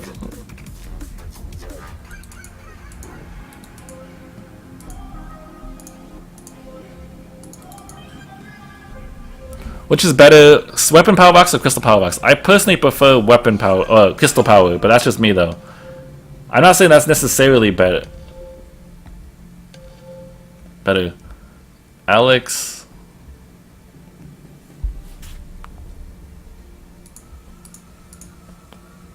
I'm still waiting on Matthew Matt. Oops. I tried to invite him. I think he just signed off, possibly to go tell me to go invite him, which tends to happen. Oh, there he is. Draw him. Next one is ST Peaches or Strat.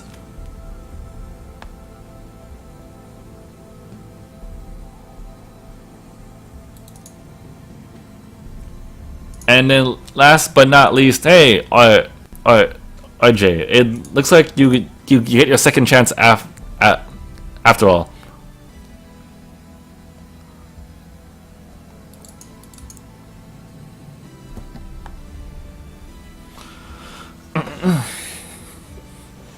Can you move me from the raffle? Don't worry. If that's the case, I'll just go ahead and skip you, Hershey.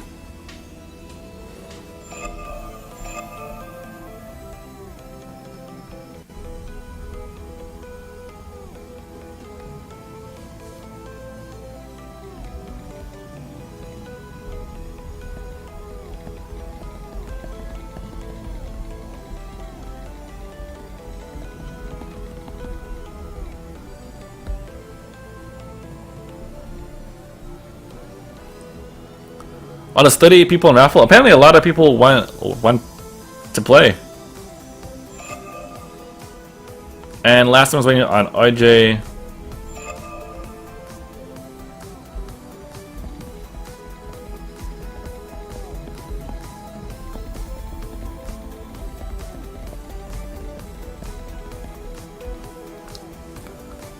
Okay, so Shin, can you spectate me and give me better tips? I'm very bad. I want to get better. Sure thing.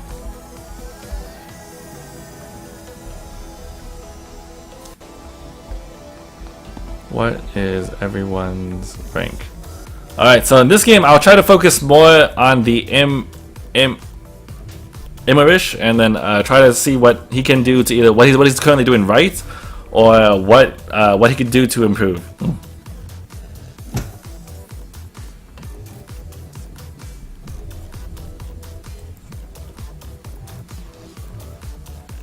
See, I have pretty good on him. I don't know what the other guys are. Alex is on a potential phone call. Not bad, Silver. This is going to be a little bit tougher to balance, especially if any one of these players is SA or higher. Pretty good, pretty good.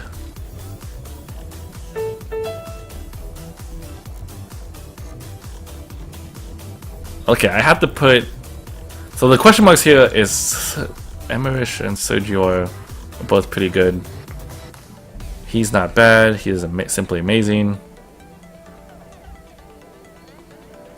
Hopefully the balance between hopefully Alex is a good player. I can't remember off the top of my head though. It's hard to keep track of everyone.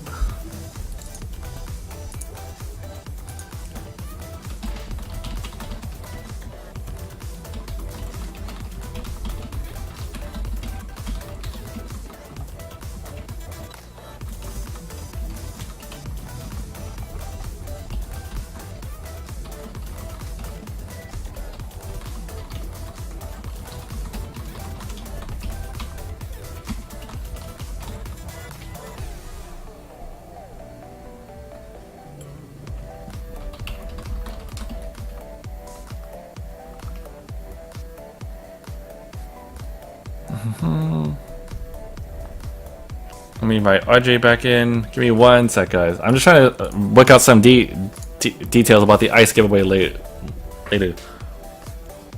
Oh, later by is in Saturday.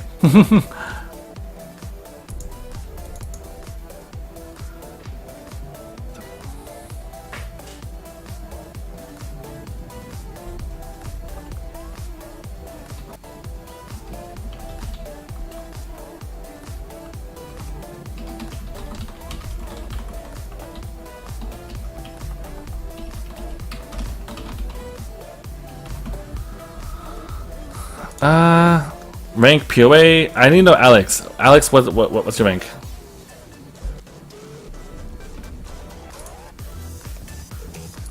Can you ask about the thing I want to do and if they'll murder me over it? Oh yeah, sure. I could ask that too. I'm sure it's fine. Pretty gold. Okay, so I have to separate pretty good gold. That should do it. I have a simply amazing, 2 pretty goods, a not bad, a pretty good, and a POA. So I think that'd be the most fair that I can possibly make it. Yeah, Luna. Luna.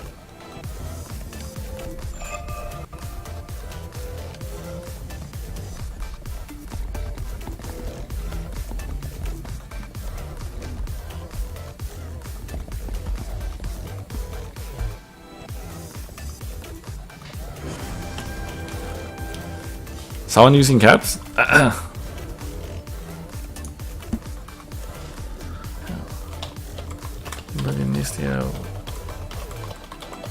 One sec, guys.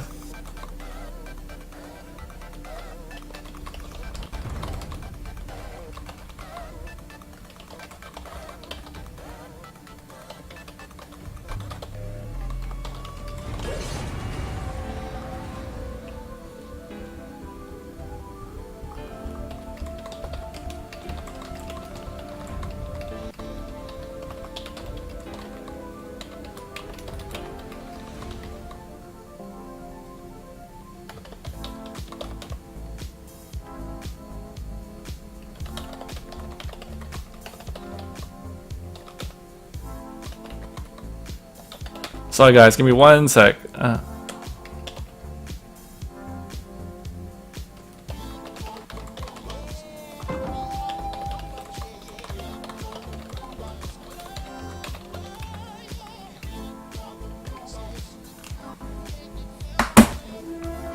Okay, Luna, I asked. I'll give you the answer later. Brian, I just read some horrible advice on the subreddit. What did you read? And also, let's check out builds. So we have Glaive, Taka, Vox versus Arden, Ringo, Koshka. Arden, Ringo, Koshka is pretty much the straight up, probably high tier staple kind of build.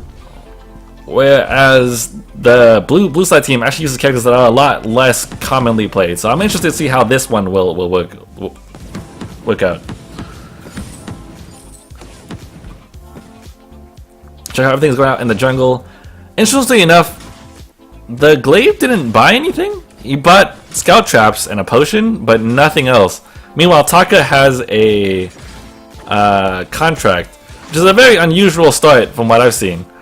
Also, Matthew Matt has a hourglass, which I usually see people start Crystal Pit or an Oak Heart, and also a little bit more on the unusual side. But I want to see how this pans out for them. How do you count out tanky teams? Pierce damage or defense? It really depends, but usually Pierce does well. So things like Bonesaw or Broken Myth will do it. Of course, if they have a lot of HP, then Aftershock would be better instead. Because tanky could mean a lot of things, right? So this is kind of a difficult matchup. The Emmerich has to know how to play this out well, because Ringo has more damage than Vox would. So he has to play it very carefully and don't trade blows too much. That was actually a pretty good gank, but they couldn't manage to pull that one off. He had taken too much damage from the start. So he was a little bit scared to possibly have pushed up a little bit further, because Ringo could have turned on him. Anyway, I mentioned this before, but Ringo has better sustained damage than Vox does. So he has to focus more on just farming and then poking a little bit here and there in hopes of like even doing a decent trade with Ringo. What I usually do is I auto attack, then I sonic zoom backwards. And that's usually much better off, because that way you put yourself away from Ringo's range while still doing some damage to him. Right now, RJ is up in gold by a little bit. It's not that much of a difference. It's 16 CS to 19 right now. So what I would really recommend is, though, you really have to focus on your farm. If you notice here, I think the Emmerich missed the last 3 CS, 2 small ones and 1 big one. So that's roughly what, like nearly 200 gold, 150-ish, I think. So it sounds like a really simple kind of thing. It's a simple kind of skill, but you can't believe how much difference it actually makes in the long run. And hey, number one God, what is up, man? I haven't been by a while. Hope you're keeping well. Yeah, I've been doing great, man. You're always looking for the better of the community. I'll be dropping tears before you know it to these people. I hope I don't make you drop tears indirectly, but I do hope that I can help out these guys. I think the Emmerich is actually going with my Aftershock build, but we'll see what he goes for. If he does that, he does have a good chance of poking against RJ, but he has to be very careful. RJ has already managed to find up his tension build. That means his burst is really high. So I would recommend that if he cannot farm safely, that I would go into the jungle and try to pressure the enemy jungler until the lane gets back towards his side.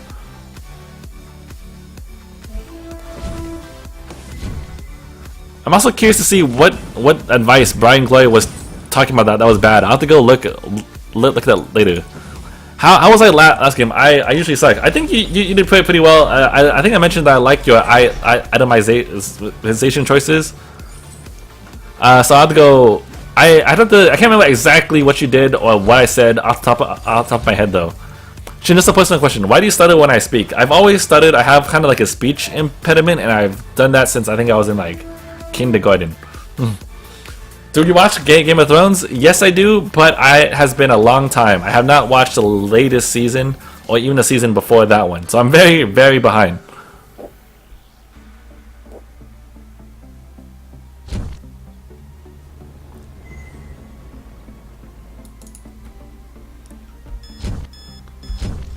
See, so now this is where the difference starts to get particularly big. RJ has 20 CS up on the Emerish, and it gets that difference in gold is quite a bit. Assuming 50 gold per minion, that's like what, 1,000 gold?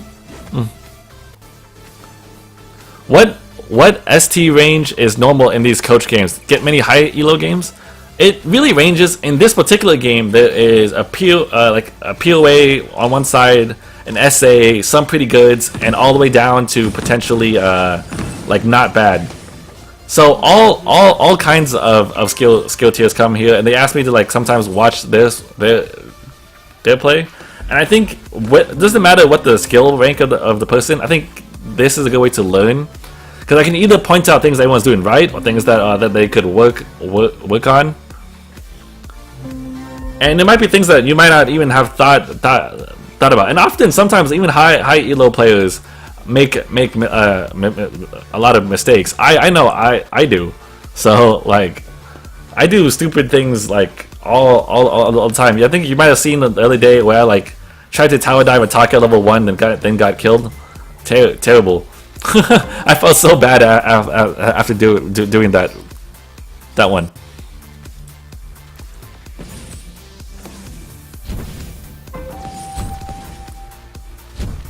Just had one of the best Vox matches today. Kraken steal with Waitfoot made the game. Nice, man. That always feels good to steal Kraken, especially with a powerful ult like that.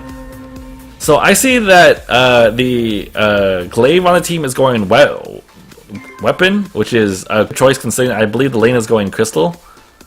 I would be careful because they might need to have a person that's more dedicated than tank though.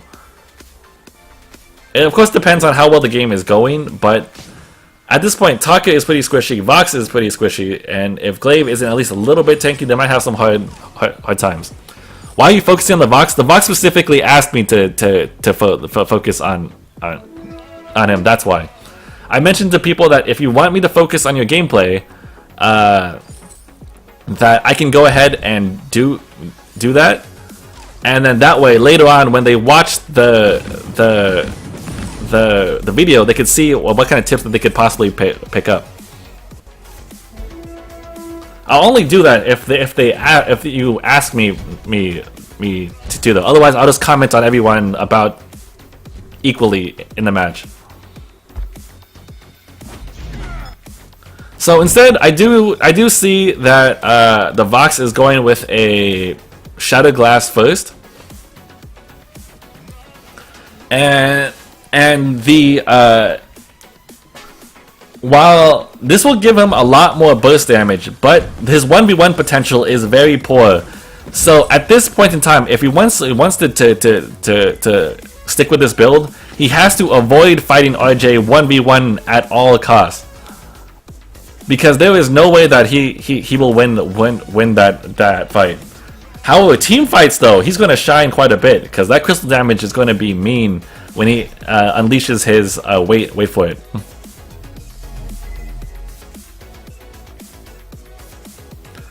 I can see based on his gameplay that he is concerned about a gank, and as he should be. I would recommend maybe picking up a few scout traps.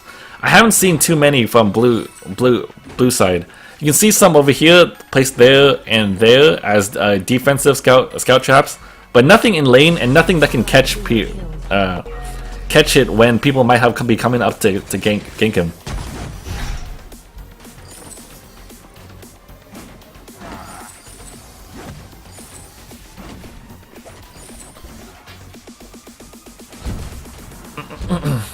or if he was pretty good, he would clear the lane and help rotation. Yeah, that's often another thing. She has the list for spectation if subs can. If you want, you can go ahead and tell me, and I'll put you in for the spectation next game. So right now the difference is starting to become very, very large. 45 CS to 71 CS in the lane. Can you go help? So this is also another issue of probably map awareness. You can see that the glaive was actually being chased from about over here all the way up, and he was pursued by two people. If the Imrish watched his map, he could have caught on that, saw that, ran to this bush, maybe pulsed.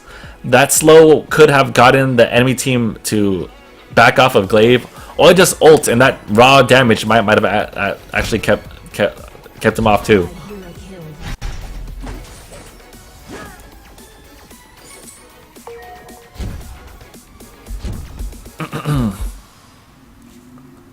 Shin, how do I join? So these matches are going to be all with Raffle. So type an exclamation mark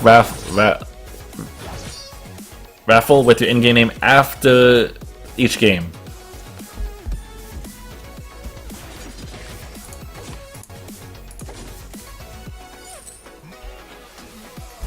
One to 5. What's the scores like? So let's check out items. So all the kills are actually on RJ, with the number of assists that you see. It actually wasn't a lot of team fights, which I find interesting. One of the things I would have liked to see is the Koshka on red team to have been more aggressive in the early game. Blue team's team comp was actually very weak, and they could have easily won out in a lot of jungle fights. But that said, I think that what they spent most of the early game was farming, which I believe is kind of a waste of Koshka's potential. Wow, that damage! If you guys actually saw, the wait for it did quite a bit. Oh, I see. So he actually rushed an alternating current first. Oh, nice! The Taka actually killed off RJ before he could fire his Hellfire Brew.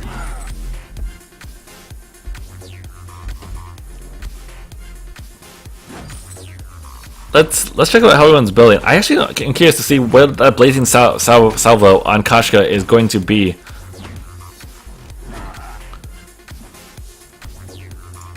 So anyhow, as behind as the Vox is, he still shines quite a bit in team fights. So as long as he can position himself well enough and do all that AoE damage, it's okay. What I would recommend, especially since he can't fight him 1v1, use Pulse, clear out the wave as fast as you can, then go rotate into the jungle and help him out there. This will keep you still somewhat farmed, but also allow you to apply pressure in jungle, while not having to fight them 1v1, where he would be at a disadvantage. I've been saving for glory for weeks. I'm a 6.3k. I need to spend. I'm very confident laner and jungler. I don't know who to buy. I like Vox. Yeah, I was actually going to mention this before, but Russian alternating current I don't find to be super strong. What I actually think is better if you actually choose as a second item. It's okay, but I would actually prefer to rush. If you had to rush something, Eva Harvest or Aftershock is both really nice. Because the Eva Harvest, even though you can't win in a 1v1 with it, you will at least be able to sustain through a lot of the harass that people will dish out. Meanwhile, Aftershock is another good starting item because it allows you to do a decent amount of damage in those 1v1 situations where you are bad.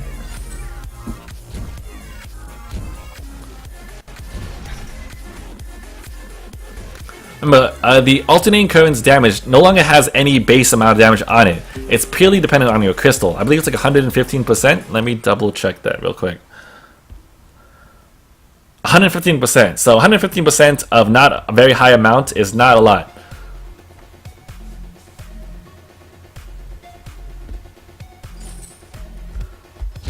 For these team fights, what Vox is going to have to do is possibly attack the Arden, because your damage is higher on the bounces than it would be on your primary target. So attack the Arden while also simultaneously staying away from the Ringo and the Kashka. Kashka's not so hard to kite as long as you don't get Yummy Catnip Frenzied. He has a reflex block, so if you can stop it, then he's in the clear. Meanwhile, Glaive and Taka probably need to go burst down RJ.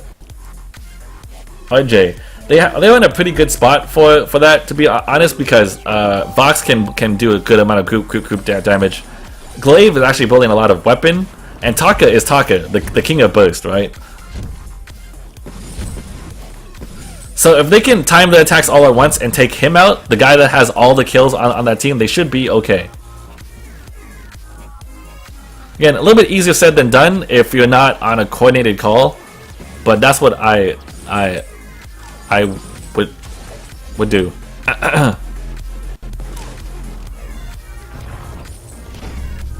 Oh wow, this is actually a pretty good fight for the red team. They actually separated out a couple of them and trapped the Taka inside. The Taka being the only one that actually doesn't have a reflex block, so there was no way that he was getting out. Nice. They at least managed to pick up one kill. If I was the Glaive there, what I would recommend have been doing is as soon as the Ringo stepped out right about here, I would have afterburned and kicked him towards the tower.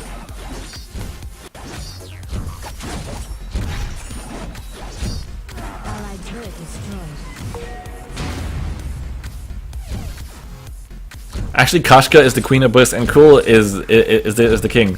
I think Taka has an equal amount of burst to those guys, especially if he with his high crystal rate ratio on his X Retsu, along with the fact that he usually builds aftershock tension bow. But they're all pretty up there in terms of burst.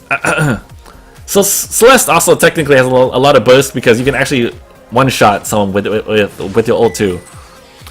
When you have a really good Saw and a really good Cool on the team, who should you focus on? Whichever one you could probably dispatch of most easily. It really depends on your team comp as well. Let me think about that one. Like I said, it really depends on the matchup. And your characters, if you can kill the Cool off quickly, I would recommend that. If you can't, though, that would be a problem. Yeah, I mentioned this at the start of the game, but I saw that the Glaive was going more weapon build, which I think he should have built more defense because he needs to be the only one on this team that is capable of building tank. And without any front line, they'll be able to walk over and kill anyone that they want, including him.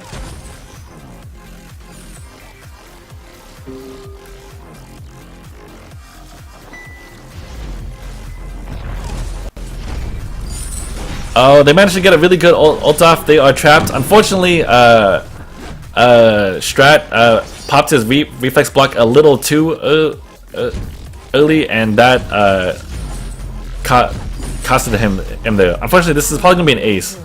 And is that Vox? Oh, that Vox blocked it. Okay, so that's good. If I have two melee characters on my team and I'm Arden, what kind of sandwich should I make? What? Two melee characters on my team and I'm Arden.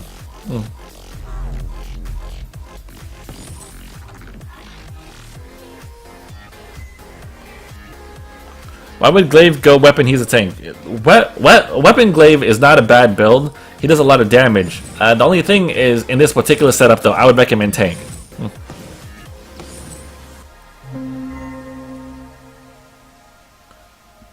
I think when going Crystal Vox, a very core aspect of it is you need to have an Eve of Harvest.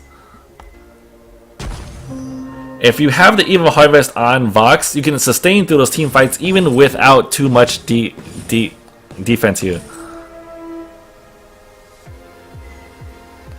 Eve Aftershock, Glaive Aftershock, and on Vox and Glaive would found to be a good counter to Burst Rango. I would agree with that one. Not to mention that Arden has a lot of HP along with oh shoot, that was actually a really good stun. But here's the issue that I usually have with playing weapon glaive. So while you're playing tank glaive, you can go ahead and dash in there and kick a guy back. Usually you're in equally as bad of a situation as the guy that you sent back to your team. You notice that when he knocked Ringo back to the team, he was also in the middle of their team, and since he's not tanky, he's more likely to die. So when going with a weapon build, be careful about choosing to initiate. Choosing also when to initiate. That's usually going to be the main thing there, main difference. If you're a tanky glaive, go in all the time. It's okay. Because you'll be really hard to take down. Glaive has the highest base HP in the game, along with some defense items, he'll be fine. But with this build, if you go in like that, you might get the guy that you punted back to your team to get killed, but you will probably get killed yourself.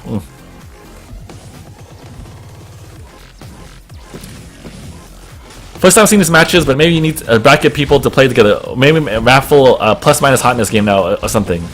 I would like to do that, but it's extremely hard to confirm people's rank. Like, I would need people to either make sure that they tell me, and I have them like in a ranking system kind of thing. I do agree with you though, and I would love to have like an all pretty good match so we can tell, like, so that way no one's out of their element.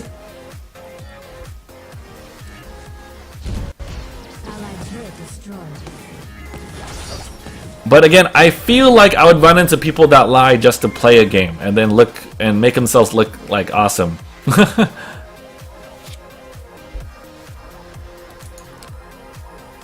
Why would the Kosh Cub build Frostburn so late? Wouldn't it be better to get an Eve of Harvest or a Shadow Glass?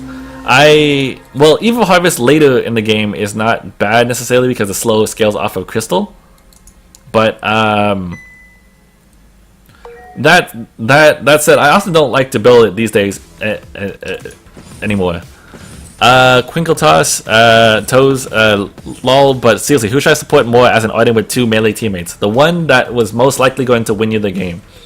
Alternatively, the one that's dying.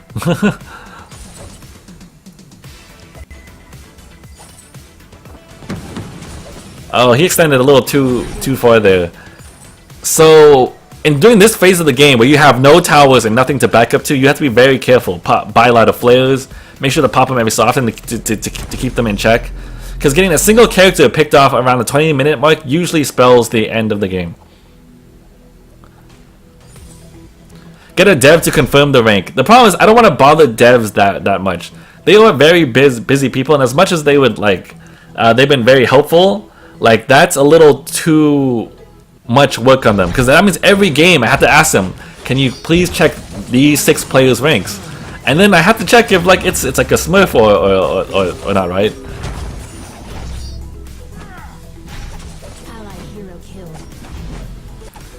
That would basically, I would need to like dedicate a person to me the entire time, so that would make it a little bit hard. Become a dev, that would be awesome, but probably unlikely.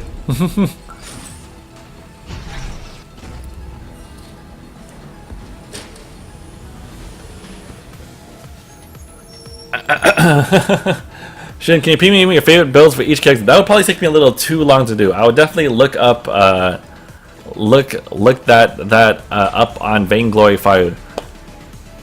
If you want to check out builds, here it is. I would have recommended that he got the Eve earlier. A Shadow Glass is nice for all that damage, but it won't help you too much if you're losing in lane. I would pick up Aftershock, and because Aftershock will help you against the high HP people on the enemy team, and Eve of Harvest will keep you in the game. Also, Strat probably would have been better to build tanky right from the get-go, and that way he could be the front line that their team needs. Meanwhile, on red team, I would have recommended that the Koshka that have been a little bit more aggressive early on. Taka Glaive in the beginning fights are very weak. at worst, Glaive will just knock you into the team, and that might actually be where you want to be.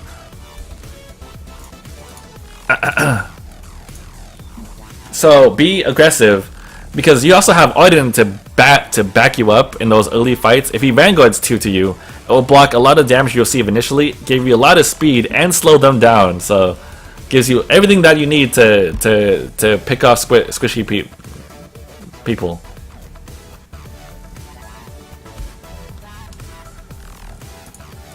And I do see a few comments on the Vox, but keep in mind that all it takes to appear bad is to be a match against another higher tier person. We all have bad games, and the matchup there is a very high discrepancy in skill tier. I believe RJ is either POA or very close to POA, and the Emmerich is sort of like in pretty good, I think. So that's already like 3 leagues of skill tiers difference. So anyone would look bad in that case. That said, it's always important just to look at what you could have done better and just try to improve. And that's what these streams are about, right? Okay, so type in !Raffle with your in-game name if you want to join these matches.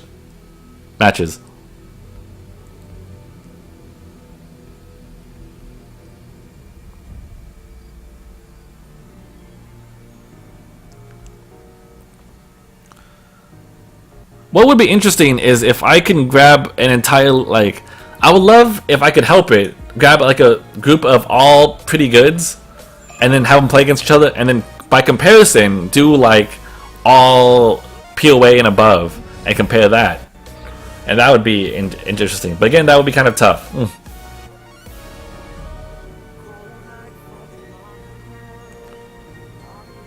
I'm glad you had fun, Matthew man. I hope that there's a tier above Inglorious. There are some people at VG Gold, so that is possible.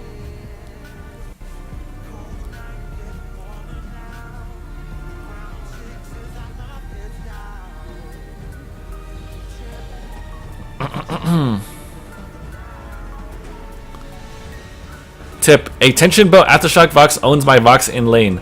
That might be in part because of the burst that they like. I hear that Vox might have a bug where he doubles the damage on those things, so that could be it. I'll donate $1 million if you do 24-hour stream wearing a hot dog suit like Brizzle. I somehow don't think you have $1 million to do that though. Let's see.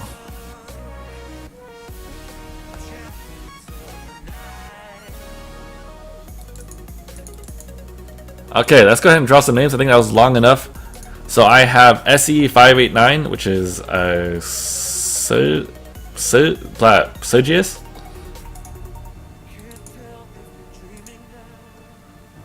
Dania, which is #1 god.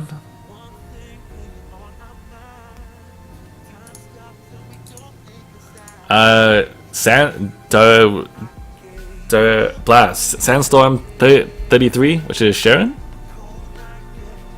I don't think I have you on my friends list yet. Or if you did, go ahead and just hop online.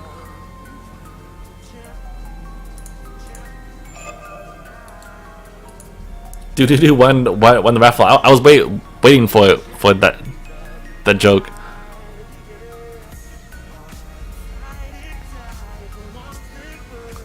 Oh, but leave me for $1 million. I would do a lot worse things than wear a hot dog suit on stream. I just don't think that's going to happen. Shin, do you have a YouTube channel? Yes. Let me type in. There you go! ! YouTube.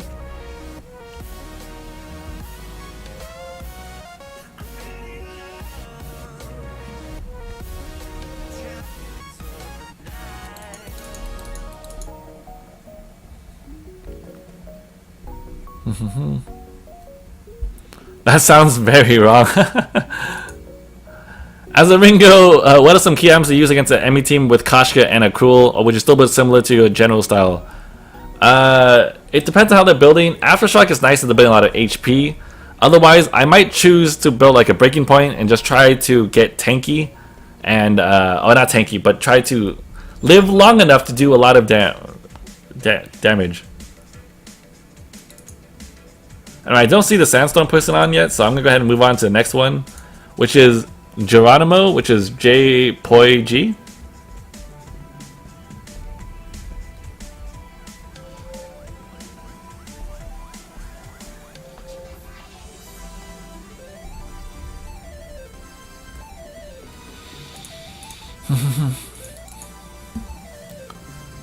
Well, for 1 million, would you swap Yuma for a llama? I don't think I would. Well, I like how I get put on a cooldown for dodging a map on my first offense. I did it because I lit up Vox and lane, and the second guy insta locks Bingo. Then the guy lit up Saw, then locked Vox. So why would I try to play with him? It happens sometimes, but I still don't approve of dodging for any reason, in my opinion. If that team comp was particularly bad and they somehow like throw the game, I think it's a better lesson to play it out and have them lose, I guess. Can you please say what I could have done better? On the top of my head, I can't remember everything. But if you go back and watch the stream, I think I probably talked about your bit there.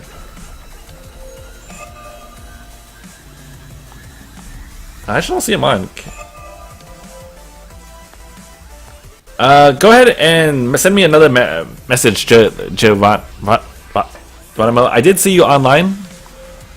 There you go, J. Aftershock, Eve, alternating Crucible, Boots, Shadowcast, alternating. Yeah, that would be a great build there, Sunny. And that's usually what I'll build.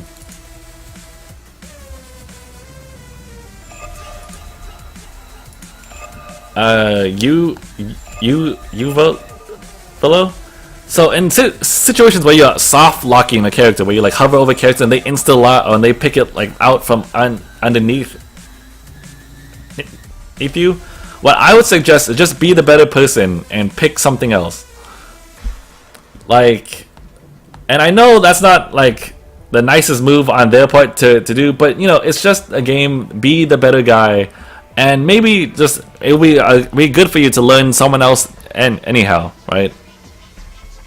If it bothers you that much, then I would recommend partying with two other people. I can scroll back to the stream. It's going to be on YouTube later. So the Wolf Among Us, which is X Black Wolf X. And then after that, I will go ahead and balance out the teams if necessary.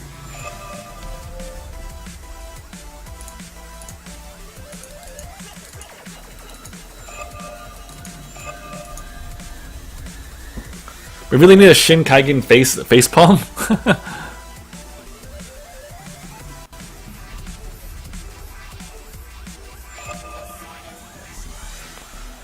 Hey Shin, who do you think is the best to play against two noobs in a 1v2? I don't know if I necessarily like the phrasing of that question, but 1v2 characters more so relies on like skill of knowing how well your character can handle it and how far ahead you are.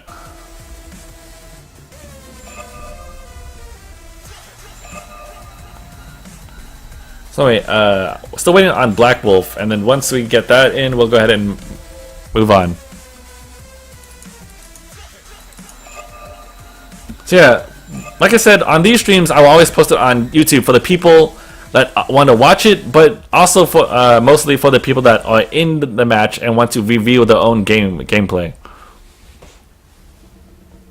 When's the new hero rotation come out? It should be pretty soon. Pretty soon. I don't know when though.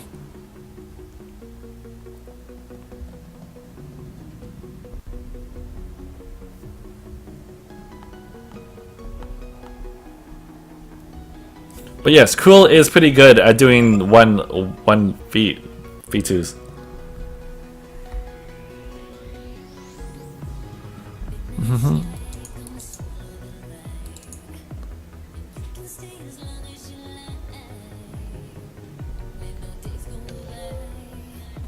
I'll give him another like few more seconds. If I don't see it on, I'll go ahead and draw another name.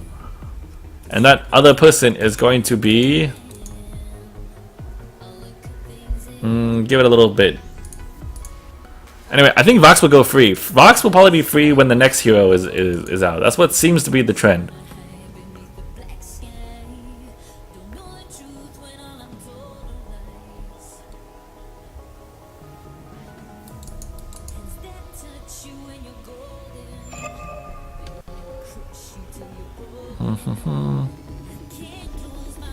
Okay, so I don't see him on. So Himmelstein, are you there? Yes, you are. Okay.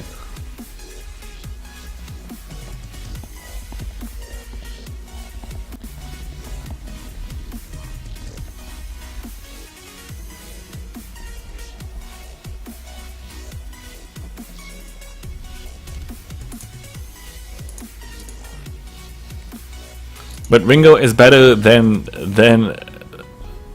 Roxo, so free elo every week. That's true. POA gold, POA. So those two separate should be good.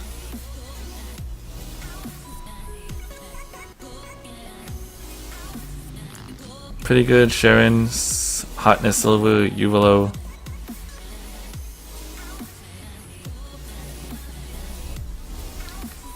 Sergius hotness, pretty good. So Sharon.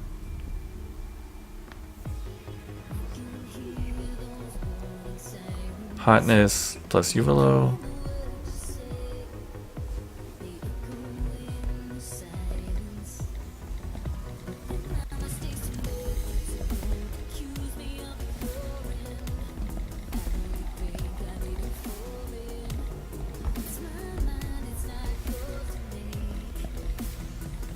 Also, I think the other guy got kicked off for some reason. Let me go ahead and invite him.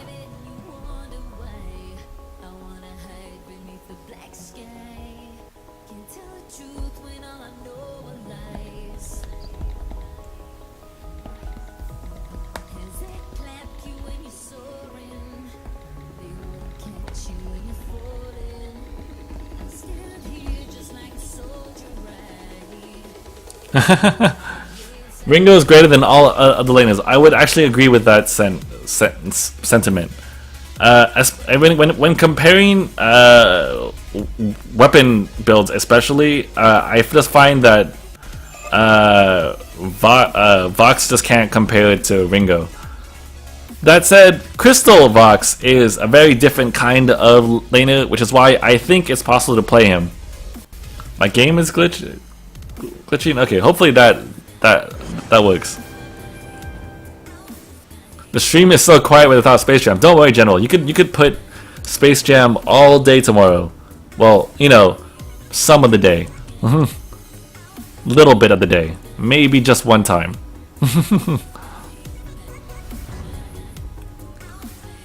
Okay, so I actually like how this is going to go.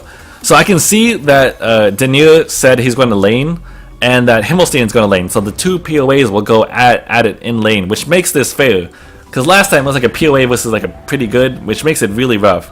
And meanwhile, the junglers on either side is both pretty good in hotness. So this is a good match to, I think, watch.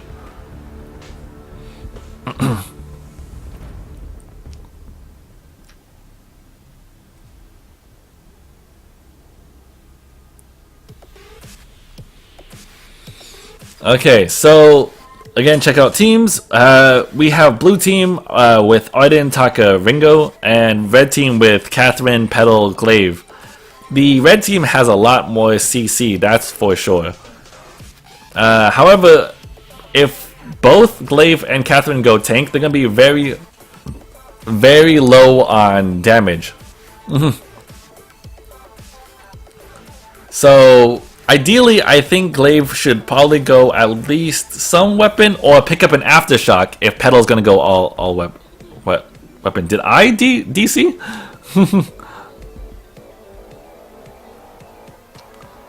That's not cool. Oh shoot. And my game crashed.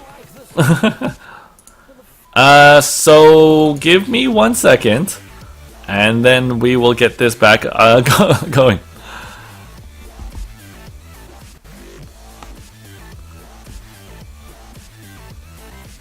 Hopefully, it lets me resume these games. Now that I think about it, I never crashed in the middle of a spectator match.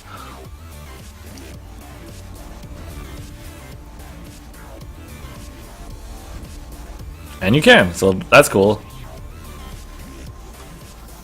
Okay, cool. So I might have missed a couple things there, but it's all good. I see the Arden and the Taka on that side lagging, so I might need to restart. Wow, that was a brutal gank. So red team, like I said, has a lot of potential CC. So it might be very easy for them to dive the back line. So it's going to be very dependent on the Arden protecting the Ringo in this game. 2390, someone steals Shin's device. I don't mind showing you that because you need to be at my iPad, so it's all good. If you can somehow steal this iPad, then yes, you will have the ability to get into it.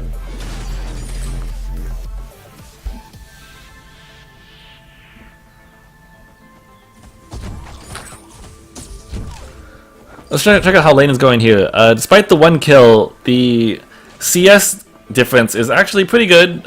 In fact, Denia's even ahead despite having died. Ringo has a much easier time on last lane than anyone else. That's thanks to his passive. Petal, on the meanwhile, has kind of a low base attack and not the greatest attack speed anymore either. So it's actually hard. Oh, he actually hit the wrong target. I've done that more than enough times. I bet that Shin's pinned too. I can assure you it's not. Ellen, what is up? So, anyhow, what was I saying? So, Ringo always has an easy time for farming, so that's to be expected. And by the way, people were asking about CC. It means crowd control. It was a term originally derived in like MMOs. Usually because they use like skills that either hinder a group of people. It now kind of just refers to anything that disables your character. So it could be a slow, it could be a stun, anything like that. Orc boy, what is up, man? It's been a while.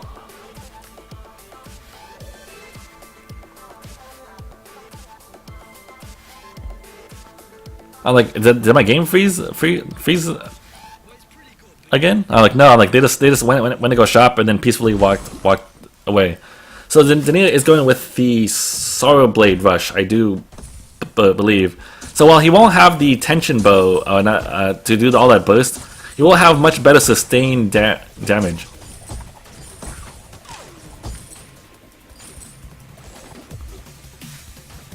Petal right now only has 2 blazing salvos, so while she can attack quick, she won't attack particularly hard.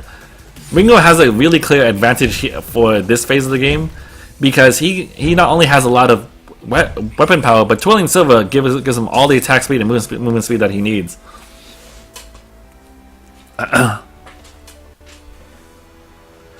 It seems people have been stopped using weapon Petal since last patch, but I've seen little difference in how good she is. She is actually roughly the same in terms of weapon. They lowered her attack speed a little bit, but it's like a blazing salvo, not a blazing, a swift shooter's worth of attack speed. It's not exactly a big deal. So you can still play Petal effectively, but I think Petal just fell out of favor. In part, her minions die really easy to AoE, and with the introduction of Vox, who is very easy to explode like all of them, it makes it tough to play her. Plus, people have been playing a lot of Ringo these days. That was a really good escape on Denier. He stayed on the upper half of the lane, which is what kept him safe from that. If he was any lower, it would have been a lot easier for Glaive to knock him back.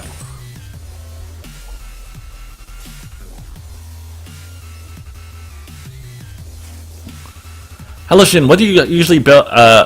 What build do you usually have against CP enemies? Usually we'll have an Aegis or a Fountain of some kind. Okay, so that was really good focus on Ringo's part. You saw that he actually ran in there, ignored the Glaive and the Catherine, and then took out the pedal and got away, which was pretty impressive. I find going for this camp kind of risky with the HP that they're at. I honestly think that Glaive and Catherine could have done something just to stop that, because Ringo only has like, what is that? Like only 2 bars of HP, which is easily taken out. So dude, no Vainglory cosplay this year. Emily doesn't want to make swords, and the dressmaker can't design the outfit without better pics. I can probably, if you want better pictures, I could probably get you like the 3D models if you want that. But if Emily doesn't want to make swords, I can't really help out with that.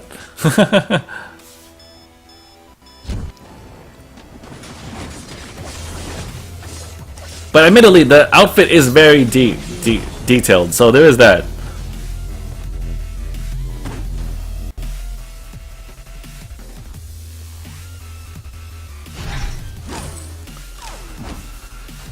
What was the initialization that referred to minion kills? Well,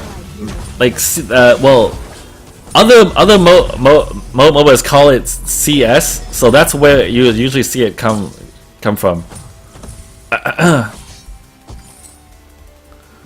A lot of people do play this game from League and other things. I see Taka and Arden lagging. I'm gonna restart my device real quick.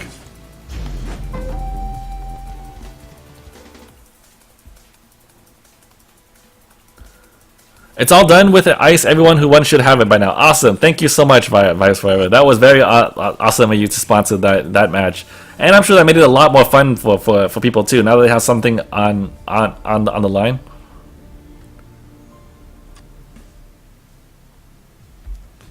And hopefully now that makes everyone move a little bit more smoothly. Once Ringo gets going, it gets stupidly easy to CS, because now every crit basically takes out over half of a minion's HP. So as long as it's even remotely weakened. Can you please replace CS for creep score in your vocabulary?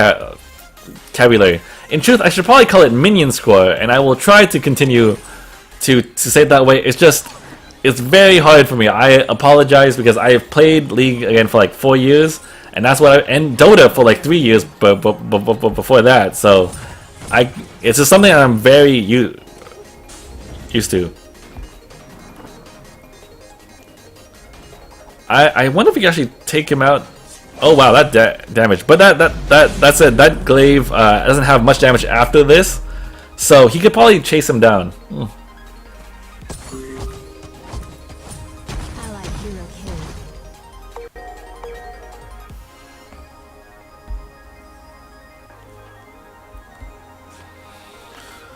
Okay, so red team though is ahead 1k in gold, but that's really not a big deal at this phase of the game. It is important to note, because that's a lot of more scout shots they could buy, a couple more items on each person. But let me see.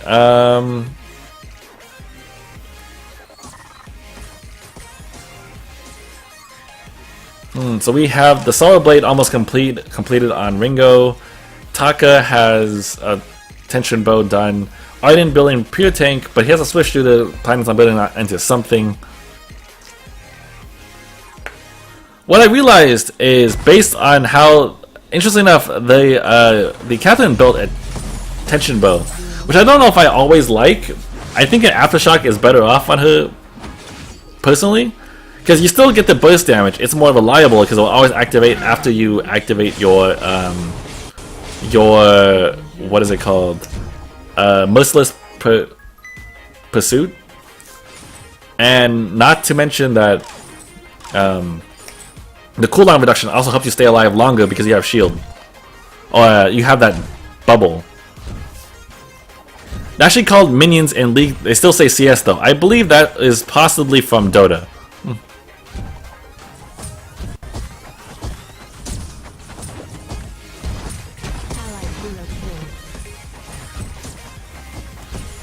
Wow, that I'm surprised by how much damage that he took from that. I'm curious to see how this game will go. It's dead even, 7.8 to 7.9 to 7.9 now. The main difference here is, like I said, Team Blue has like greater burst potential, but they have less CC. So if they can take out, they have a hard time locking down people, but if they can just take out the pedal right off the bat, they'll be golden because the other two characters on red team, Catherine and Glaive, don't do a ton of damage without items. They did build some damage. They have a tension bow and a blazing salvo between the two of them, but that's not exactly a lot.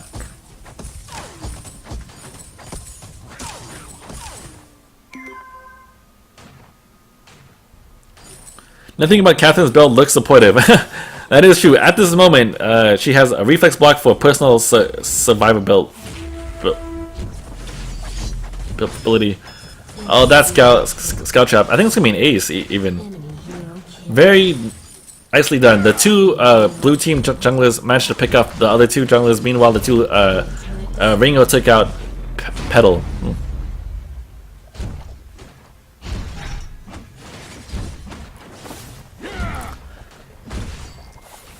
Oh, let me message you with. Hang on one sec.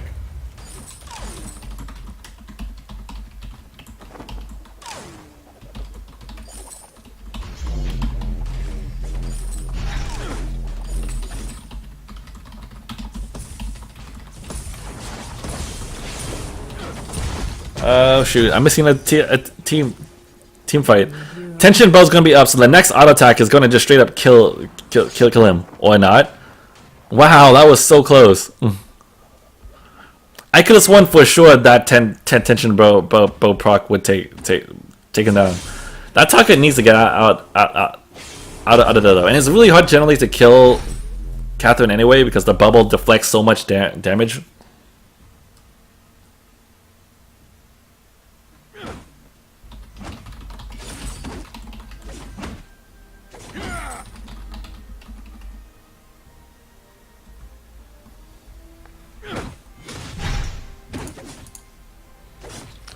All right, seems like a good time to sleep. Take care and see you tomorrow. Sounds good, man. Have a nice night.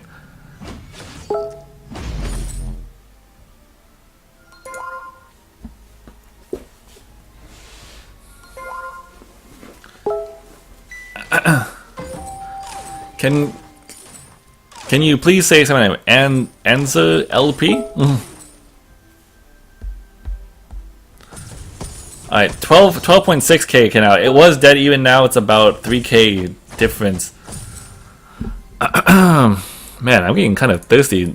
Like, I feel like I talk more during these particular streams than any other stream, which is pretty surprising.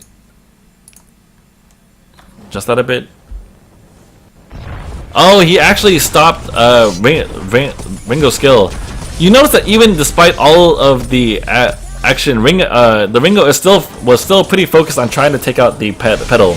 The pedal in that same instance is also very focused on taking out the Ringo.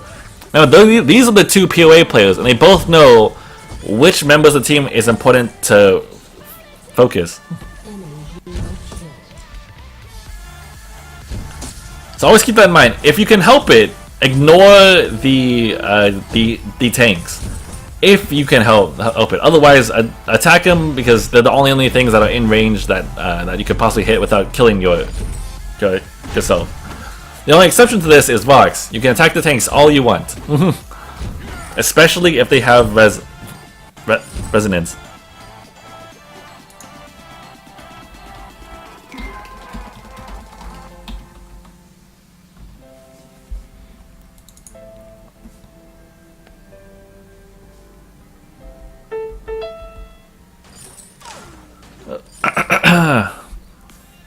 need some water.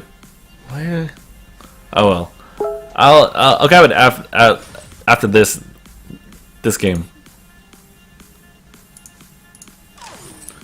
My job in the real world is in the field of acoustics. I think this means I'm pretty much only allowed to play Vox. No, of course. You should know how to shout cast like freak. I think that'd be pretty tough. I also can't think of a lot of puns on the fly. I'm like, I have a micro-bio to degree. Which character would that relate to? I don't think any one of them is like a scientist. I think that Catherine there might have silenced a little too early because it really only hit the Arden, which doesn't matter too much. So, like I mentioned, a lot of these team fights will really depend on how they focus down the carries. Blue team has a lot of burst, but not a lot of CC. So, however, if they all just jump on the same target, namely the pedal, they're probably going to win because the other two people are just tanks, right? Even with Tension Bow Aftershock that I think Catherine is going to go for, it's still not a lot. So in that team fight, you saw all three of them collapse onto pedal, take her out instantly, and after that there was no way that the team members were going to lose. Sorry. Do you like the build so far? For the most part, I don't agree with Catherine's build necessarily. I do see that it's a very much more damaging. I would prefer that she built something that helps out the team. In particular, to help out Petal. Petal is the main damage on the team. If you had like a Crucible by now or a Fountain, that Petal would not have died. And probably would have been healthy enough to take out the Ringo and then win the fight. Otherwise though, all the other builds that I see seem pretty standard, I think. I think the Taka may have invested maybe too much in defense, but then again, it is keeping him alive. And it's much better to be alive and have slightly less DPS than be dead with all of the DPS in the world, right?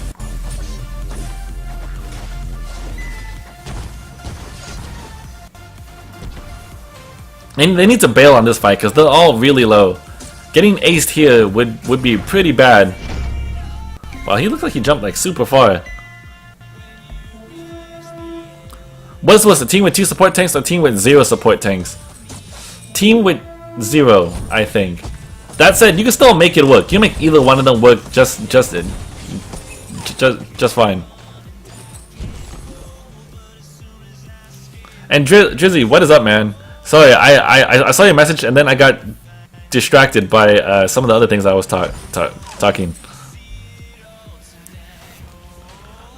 I wonder what this Ringo is going. He has a heavy steel and a weapon blade, so the only thing I can think of is another Sorrow Blade, which would be interesting and very damaging at that too.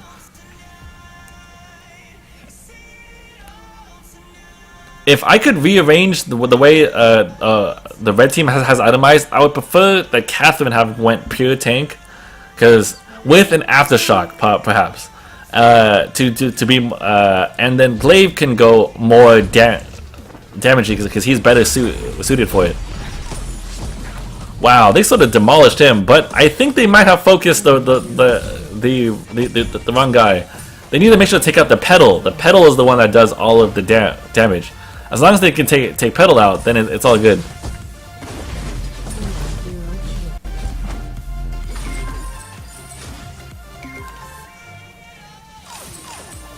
What is if the 2 gains of both teams were destroyed? You mean veins? You mean? It's something like a draw. There is no draw. I'm pretty sure that no matter what, one team will win, whether or not it's coded like a certain way. If it's literally the exact same time, usually one side will always win. But that said, that never ever happens. Zhao Fei, what is up, man?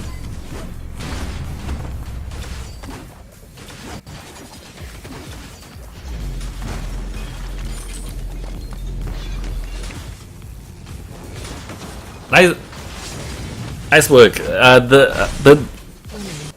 So what I would say about this particular game and what I think was crucial for Blue Team for winning is in a lot of team fights they had really good focus. They take out the pedal really quickly, then move on to the other two members. Plus, I do believe that Catherine should have built more supportive. Because they have two tanks, a lot of it is riding on the pedal, and yet Tension Bolt and Aftershock, neither of which does anything to help keep pedal alive. It does a lot of damage, like yeah, but it's much better to invest that gold, which is like what, 4,500 gold. Practically, you could have bought a fountain and a crucible, I think.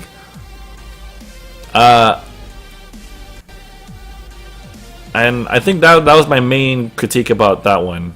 Let me see. So good job, guys. What's the most number of kills I got in the game? I can't remember. It's like I've gotten up to like 30 something, but again, it's not really, the number of kills doesn't really prove anything necessarily about like the skill level of myself. It more or less just says like the people I was up against may not have known the mechanics of the game that well. Because at higher level play, you often see that the kill count is actually less because people make less mistakes. That's what a death kind of represents. You made a mistake and then you paid for it. At lower tiers, you'd imagine that happened a lot more often. So,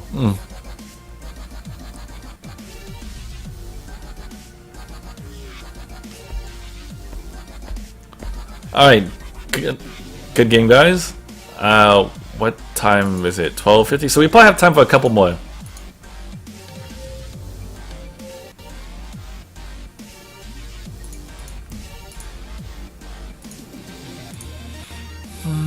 Okay, I have the raffle open now if you guys do want to join. I'm gonna go grab myself a drink first though, so I'll be right back, guys.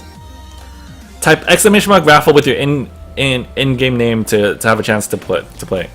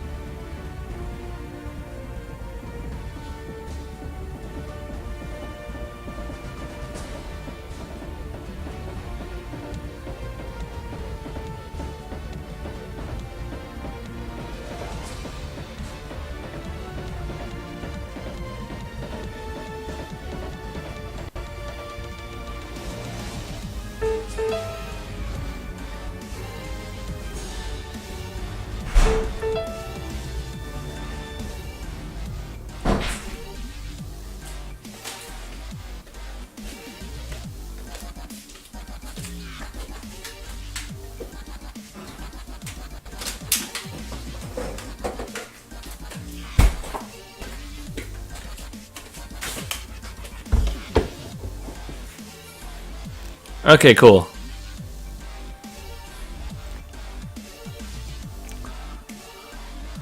Wait, what? I just missed something, didn't I? Sub hype. Where was the?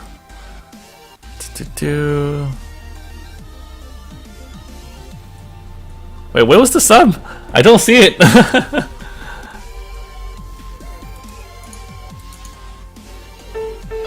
Wait, okay, hang on. Someone must have said welcome somewhere, right?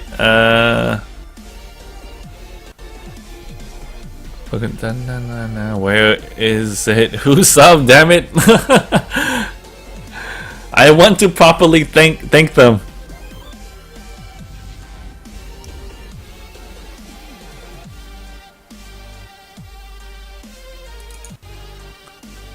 Mr. Oh my God! Welcome back, Gibbs. Oh wait, Gibbs subbed again. Was that it? Sub hype forever gone. Gibbs. Okay, so I think it's Gibbs. Gibbs. We were trolling. You know, one sub. So did no? Okay. I'm confused now. Did someone sub? Did no one sub? Either way, thank you to Gibbs, I think.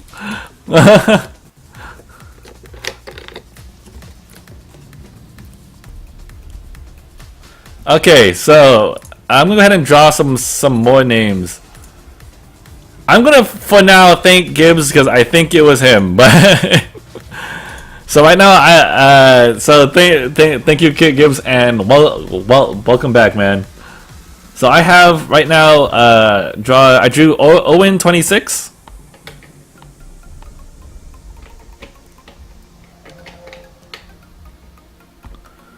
And by the way, KRT, if no one else wants to spectate, I'll be glad to put you in. And cool, Ketsu. So now we know that Vainglory is in fact the highest. Portion left at the wrong time. I know, right?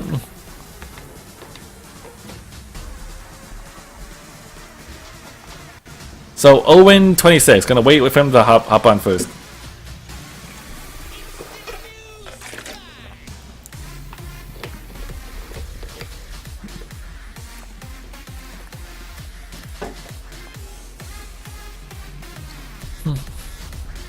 Captain Storm ability says the deflects damage above 77 plus 7 per level. This is referred to the skill level or the hero.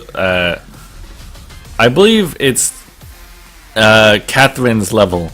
Because if you look at the description here, it is 10% of her base HP. Well, it was supposed to be 10% of her base HP, but I do believe it is per level. The reason why it says plus 77 is because that's 10% of her starting HP. Which makes it, I guess, better than the way they put it before because there's less math that you have to do.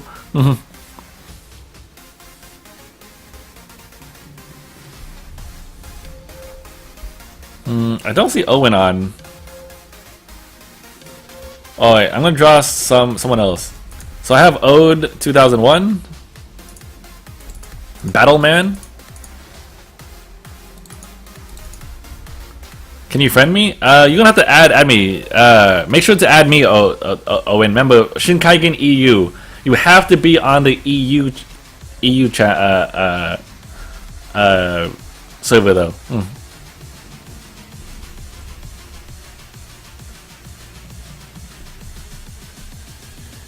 Who are you? Number one was Denier. Jenny, hey, what is up? How's it going?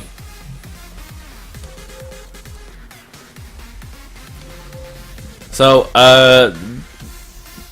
I'm waiting for Battleman to hop on, and then I'll throw him in invite.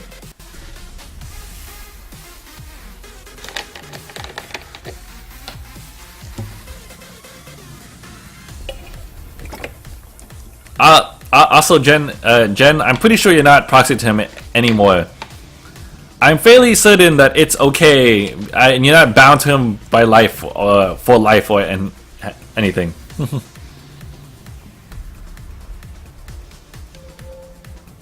Okay, Owen 26.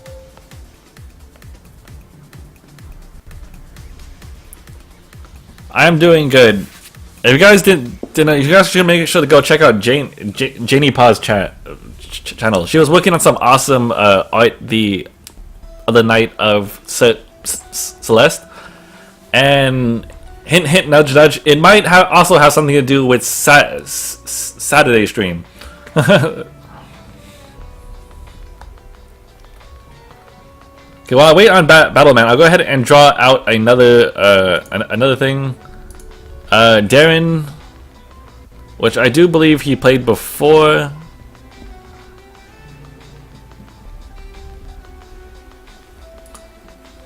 Broken John. So if you want to hop on, I'll invite you. Hey Niv, what is up?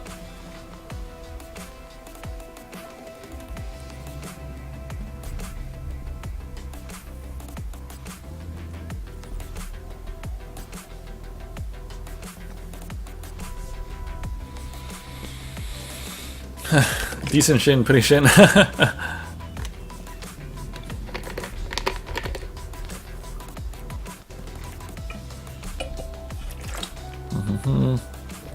Alright, Broken John.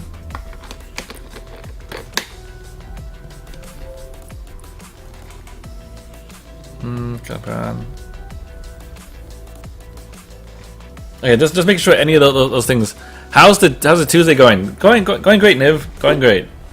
We had a really good game last game, and earlier today, Virus Forever donated 500 ice to the winner of to each winner of one of the matches, which is really cool.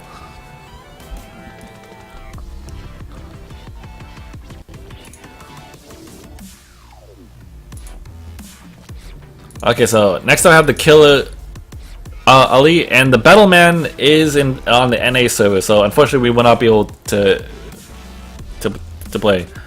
Killer Ali.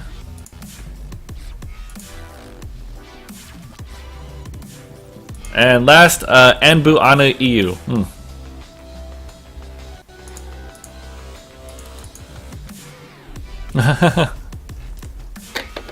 Yeah, right. That is awesome. Props to Bias forever for doing that. That's really cool.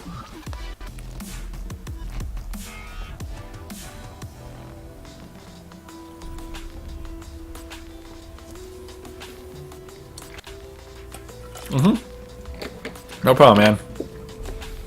Will you be doing NA games today? No, not today. NA was last week.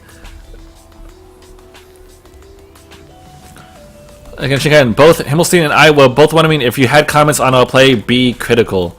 Huh. The only thing, because both of you guys did really great, to be honest. I know I wasn't watching from Pedal's standpoint as often as I should have been. From your standpoint, I did see that you got ganked a couple times. I think you might have overextended in the early parts of the game. Maybe like pick up a scout trap or a flare here and there.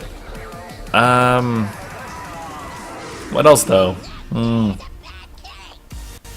Otherwise, though, it's hard for me to say because both of you guys played particularly well in those games. I have to like watch it a lot more carefully, and again, in order to figure that one out, because you both had very good focus. In fact, it's almost funny because I could see like the team fight go down, and then both the Pedal and the Ringo, or both you guys, will just fight each other, right? Because you guys know what who needs to die in that particular team fight, right?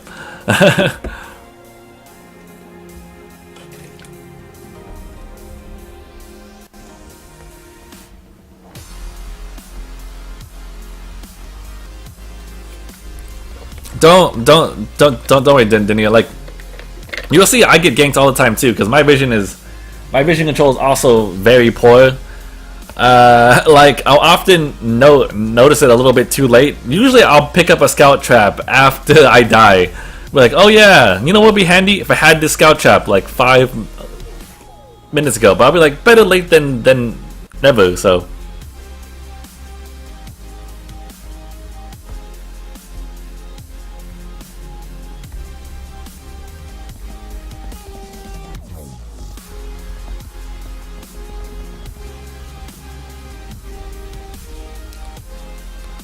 Today's Tuesday, the new Flash episode. Man, is there a place to watch that online? Because I want to actually watch that.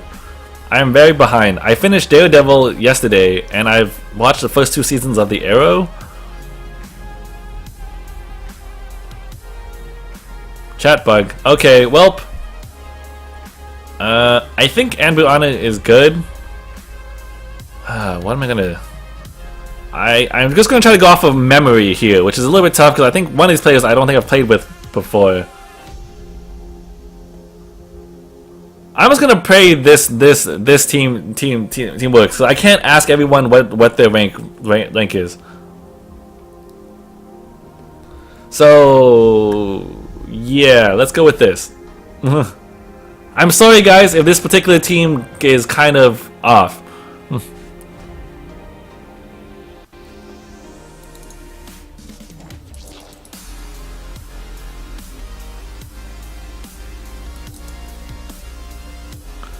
The only one I remember for sure off the top of my head is Anbu Anu.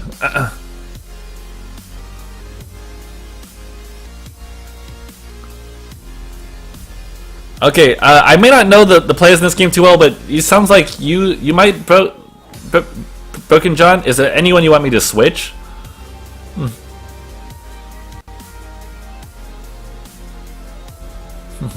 Let me ask you in chat.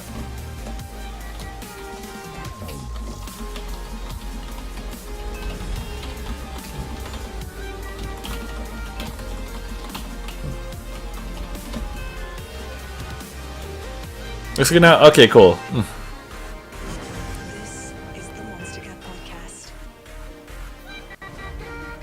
Download the VShare app from the iPad from Google. After you downloaded the VShare app, you can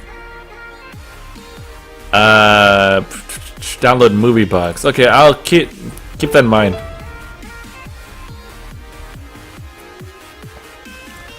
So I can see most of the new Flash episodes. Awesome. Okay. Is this a mirror match? Holy cow. Okay. This is actually going to be really cool to watch. So as much as I don't like to play in a mirror match, it's really good to observe a mirror match, because then you can see exactly what one team does better than the other team in a much more direct fashion.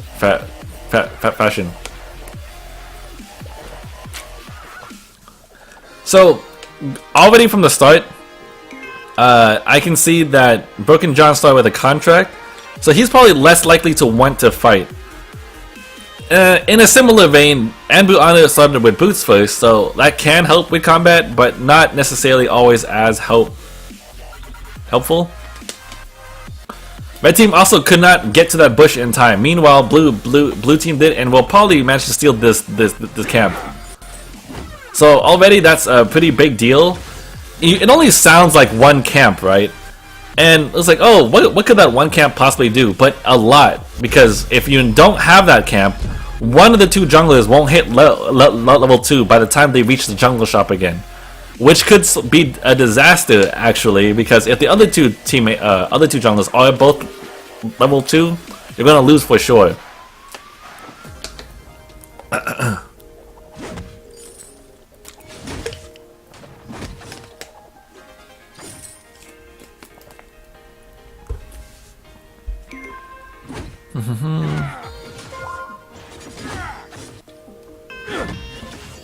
Yeah, like I mentioned, as much as I don't like to play in necessarily mirror match, it is great to observe the differences.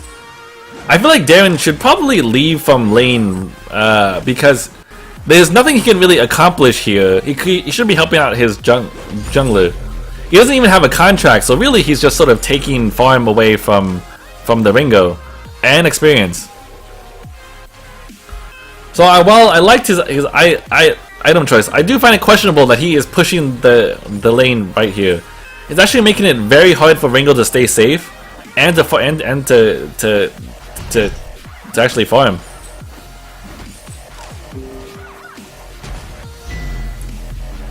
Wow, they actually managed to escape from that one. No problem.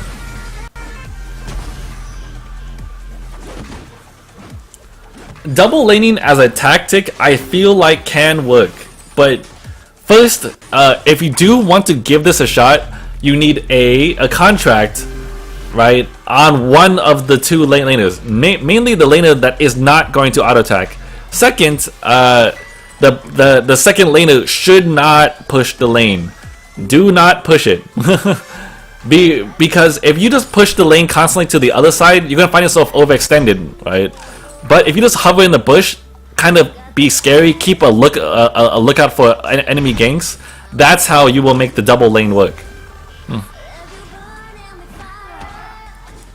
However, currently Darren is constantly just auto-attacking the minions, and he still has no contract, so he's not really benefiting from being here.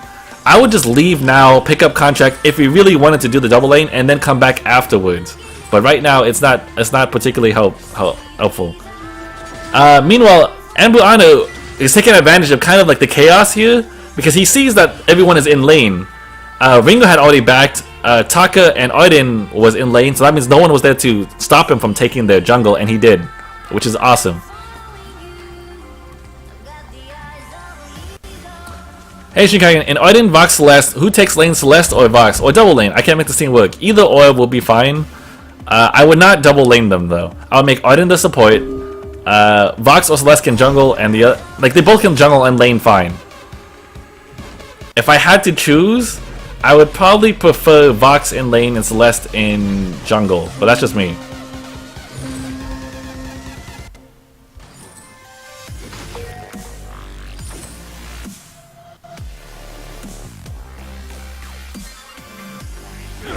So as we can observe, the gold difference is actually pretty big now, because it's 2.4k to 1.5, despite not having any kill difference. So now you know that the 1k gold difference is purely from farm, right? Nothing else was taken. There was no gold mine. There was no kills. This is just a difference in the speed that they farm at. Killer Ali has 10 more CS on Ode 2001. Darren, who was hovering around a lot of the time in lane, had no contract, so he could not. He did not really benefit from there, and in fact, probably hampered Ringo's ability to actually last hit himself. And meanwhile, the Owen 2026 has been farming pretty well, doing all of this. That said, it's still very early in the game. Neither side is pressuring the other jungle too much, so it's going to boil down to the next team fight. The blue team, as I see it, has a lot more map control though. They have about like 5 scout traps, 1, 2, 3, 4, 5 on the map, whereas red team has none.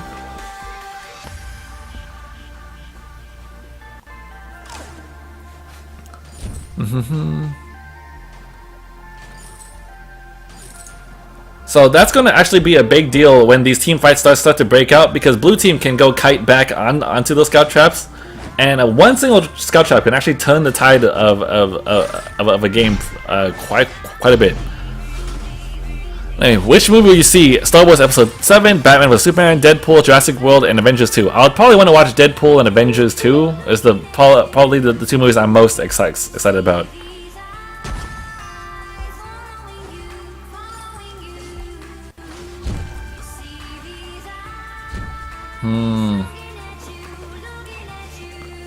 Because of this, now Ringo has to Owen has to watch out a little bit, because he's level 5 to that Ringo 6.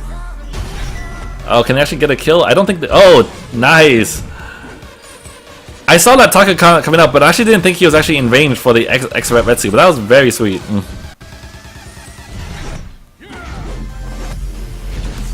Wow, what crit him for so hard?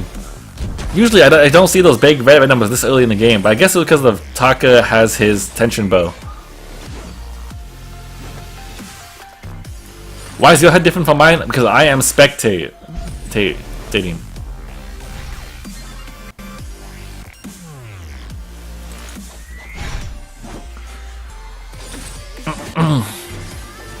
Red Ringo greater than blue Ringo, but blue jungle greater than red jungle. That's what seems to be the case. There's also a very big difference in items here. So Killer Ali rushed the Serpent Sorrow Blade versus Red Team's Ringo's Tension Bow and Swift Shooter and Boots. Because Killer Ali does not have boots, and he also has that Tension Bow, he could actually poke him quite a bit. Hang on, let me watch this. Blue team jungle managed to take him out. They're probably going to go for gold mine now, and I don't think by himself he has the capability to take him all out. Yeah, that's a very tough. Janie, thank you so much for the sub, and welcome to the shinkaigan.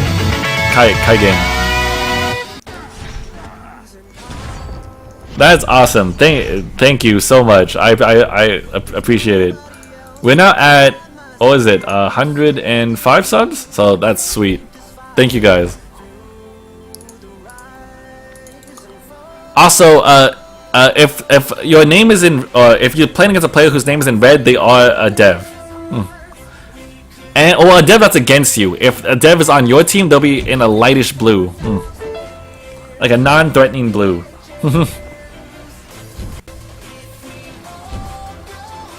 Oh man! So while Ode's build is great for poking in a sustained fight, the Killer Ali is going to win, because Solar Blade offers so much more weapon power, right? 150 weapon power all the time in comparison to 45 weapon power and a little bit of armor pierce.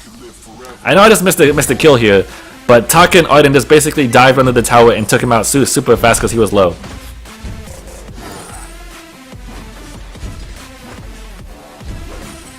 No way, I played with a dev and did not even know which dev did you play with, and we lost some subs. We always lose some. It's all good, like, because it's a monthly kind of thing. Lose 6 more subs and you get Saturday off.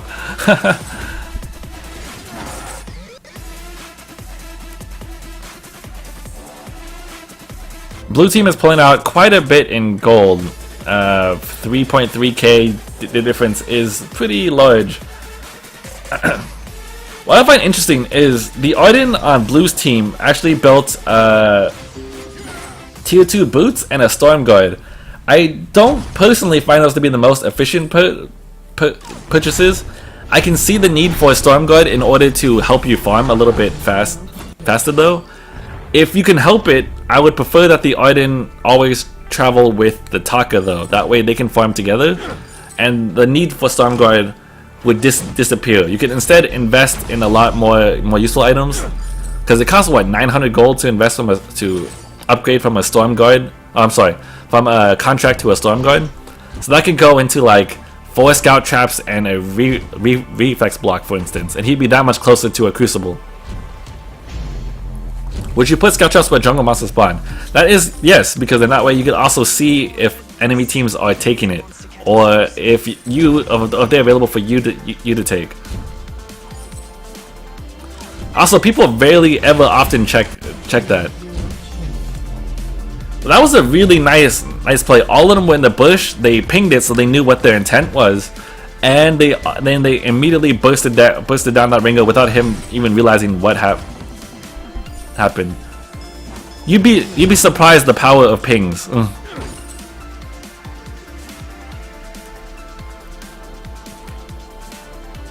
Like, it is honestly like the greatest feeling when I have a teammate that pings often, other than of course spamming question marks, because now we all are kind of on the same page and have a slight idea of what we should do. That Taka did just blow up. He stepped over a scout trap. The Taka saw him because he walked over it, and then he X-ret Betsu.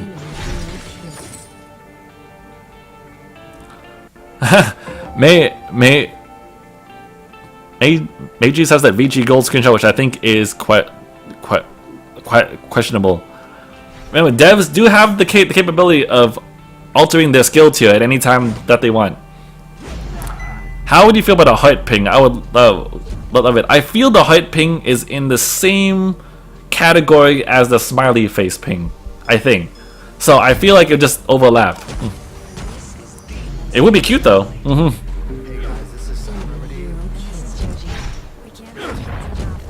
I think that should take him out. The good thing is it also hit the hit the Ringo with the splash damage. Ringo would have a chance of taking this out, but he doesn't have enough energy, so he knows he has to back. Plus, they lost vision, and Arden was practically dead.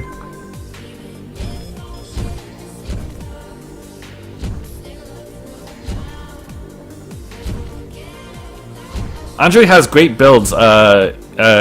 He's Shanksaw innovator. Yeah, I believe they mentioned when I talked to the devs, they mentioned that the two probably couple best players they have on the team is like Andre and Zekan, and they often test out against one another, like various builds, to see if the characters like balance and stuff. thoughts on a lag ping or a system that lets teammates know when you're lagging? Maybe a system that might mention, like, just have a little exclamation mark next to your name, that or in like this screen, right? That shows that you're lagging. I don't think a ping is necessary though. That's kind of the thing I like about this game, is they keep the UI very minimal while still having it the most functionality. I don't want to have like too many buttons clog it up. But a little symbol that just shows that you're lagging might be good. And my game crashed. So I'm gonna assume everyone is dead by the time I get back, because they just initiated a team fight.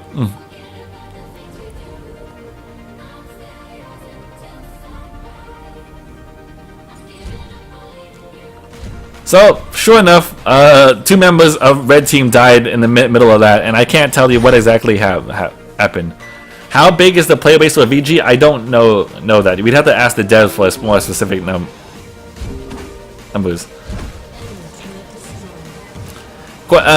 Amazing old one says, if I'm lagging, I usually put a question mark ping on myself and frown.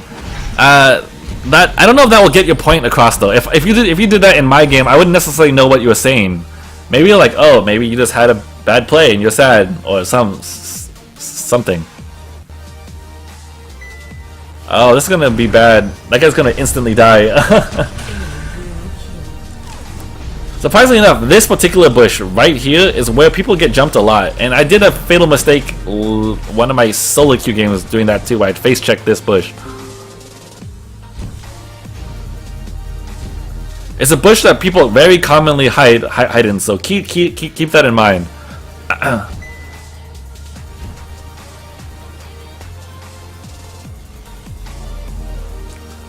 Estimating the player base to be around a couple thousand. I think it has to be higher than that.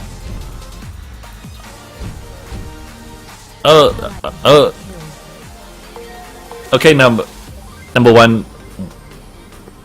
On God, take care, man. That may have been an overzealous tower dive.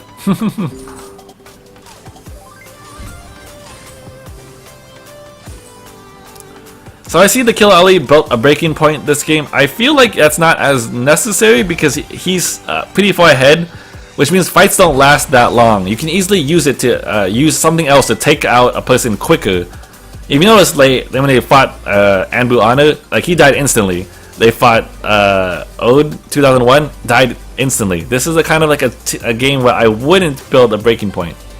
I feel like that would have been better to have turned into a tornado trigger, so you get more attack speed and the crit damage right off the bat.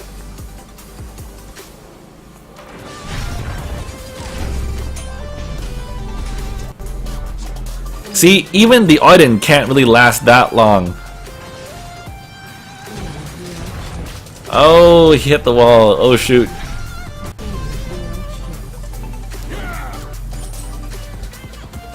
I asked the devs in the forums about player base, but they said they won't give such a number. They might be. They don't want to release maybe some of that info right yet. I think. Whatever it is, though, whenever the Android release comes out though, I believe the game is going to be much bigger then.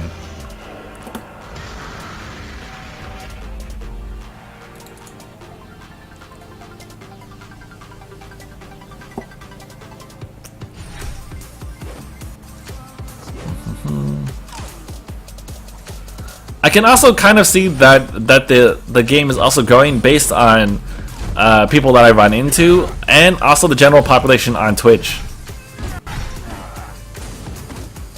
Like, I assume it's still a small facet of people actually watch of the core game. The core audience actually watches this game on Twitch, but the number of viewers I tend to see online have been going up over the past few weeks. I realized I could use the tip of this pen to tap on the screen. Sweet. That's unfortunate. Darren tried to actually use his ult through the wall, but he actually stunned himself. Best team fighter and best 1v1 fighter. Best team fighter probably Vox at this point. Why can't I? Okay, this pen is not doing what it's supposed to. Anyhow, the probably Vox, Crystal Vox in particular. Best 1v1 fighter probably Cruel.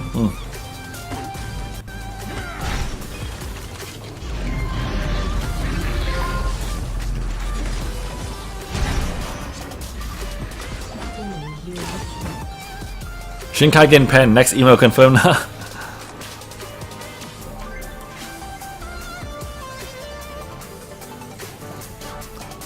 Yeah, the original two mods was Yuma and Lunistia, which is why they have emotes. So fun fact, they both had their faces as emotes first. I actually did not have my own face as an emote till later.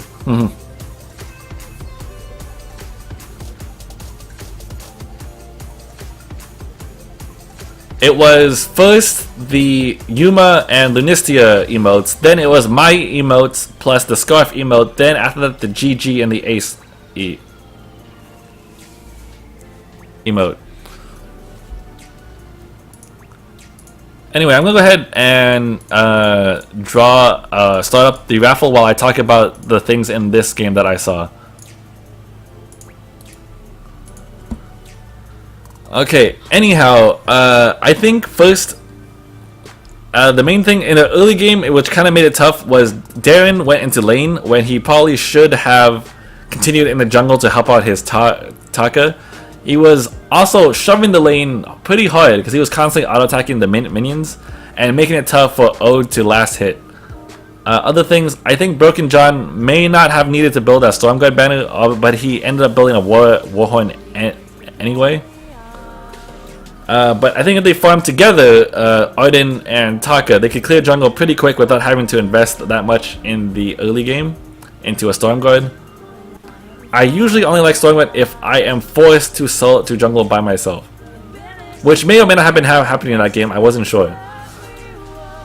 The killer Ali was doing great. I think a breaking point was not needed in this game because they were very far ahead and they could kill anyone within a matter of seconds. So he rarely ever seemed to have stacked it up very high. But that said, he was so far ahead, it probably didn't matter what he built anyhow. You can see that the goal difference between the teams is huge. He had 9k or 9.7k versus the other Ringo's 3.4 or 3.5, so almost 3 times as much. Almost. Thank you for the tip, No problem. Shinra Ringo, when you start Tension Bow or Sorrow Blade, and when would you build it? It really depends on how I feel at the time. I think Sorrow Blade is better in general for like longer games.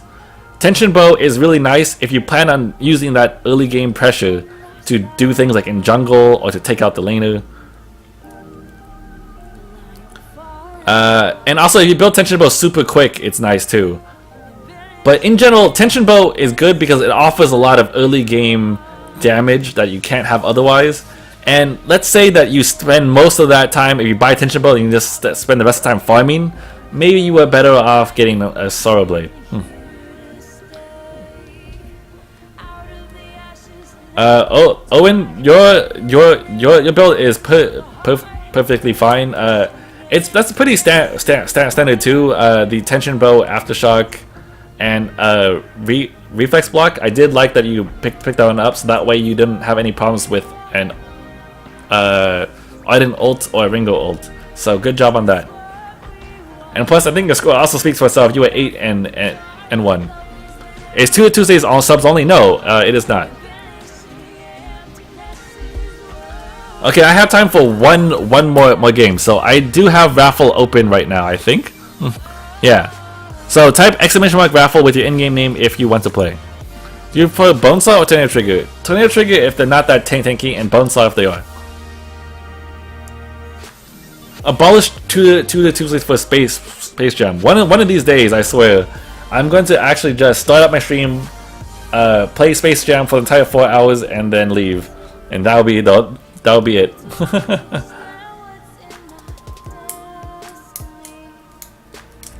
So Tension Bow Ringo synergizes with Koshka early game. Yes, assuming that you plan on being aggressive in the early game.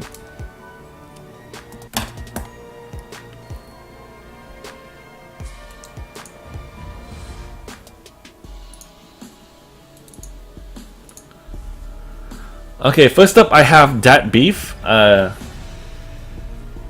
sec.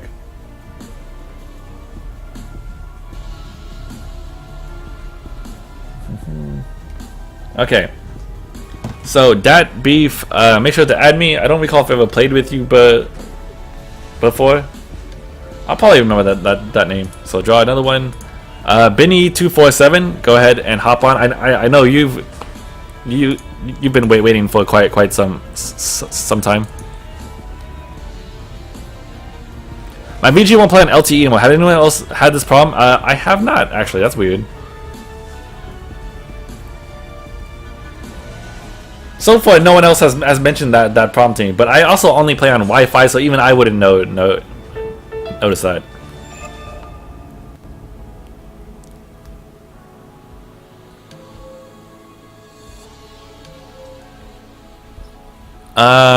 So Benny, what do we do if we get across a tin and apple? Don't steal my totally awesome joke.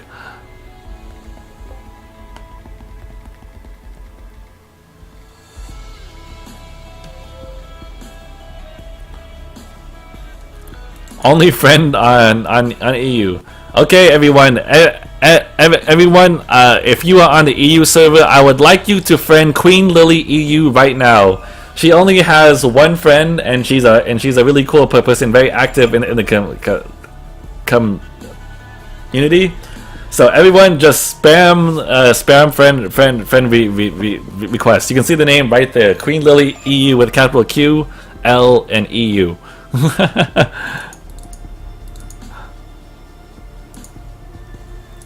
Anyway, the Nick 2.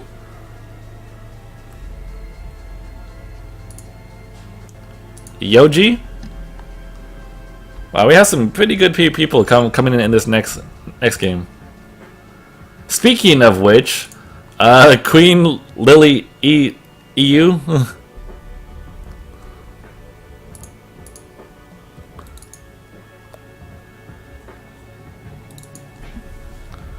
And then last but not least, Drowbane. Wow, we have some interesting games here. Drowbane, do you have an EU account? I can't remember. What was the apple and tin joke? Don't. It's like what do you get when you mix apple and tin? You get Snapple, and you understand that it's like a chemistry thing.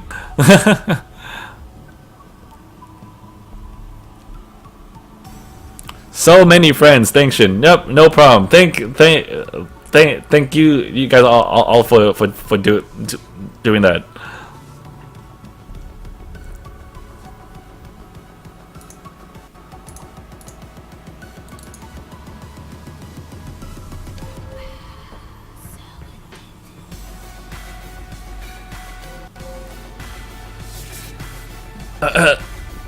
My phone died from playing with Shin all day. It was stupid of me for not nothing. Wicked Drought. Okay. Make sure to add on EU. Just make sure to add me.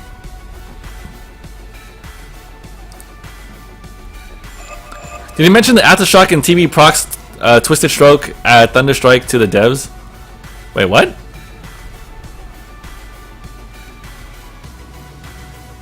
Oh, well, Thunderstrike shouldn't apply it anyway because it doesn't count as an basic attack. Twisted Stroke should, and I should probably mention that when I get a chance. Whispers quietly to Moobot. Expletives a hood. I'm sorry, man. I know you haven't won all day, Jen. Try that. Wicked Trow.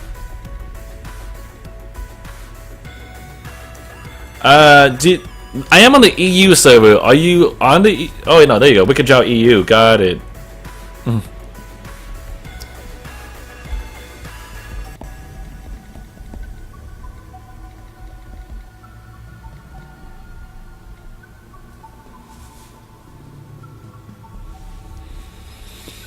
Someone's on play up it. Okay, cool. Hotness bronze, gold the hotness. So I'm gonna assume that beef and Benny are close in skill.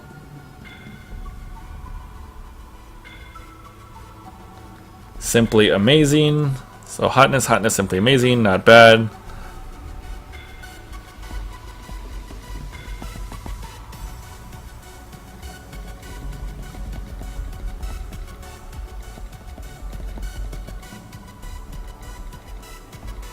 With multiple, like, with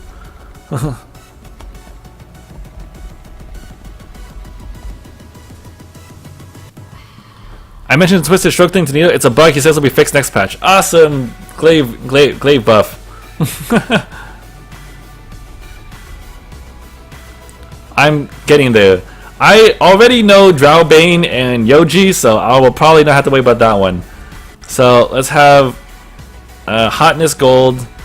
He's hotness. Let's do that. I think this will be fine. So I know Dat Beef and Benny said hotness. Nick is simply amazing. Is that right? Let me double check that. Benny, hotness, Dat Beef. So they pair off each other pretty well. Simply amazing. Hotness goals. That's pretty close. And the two. Okay, cool. All good.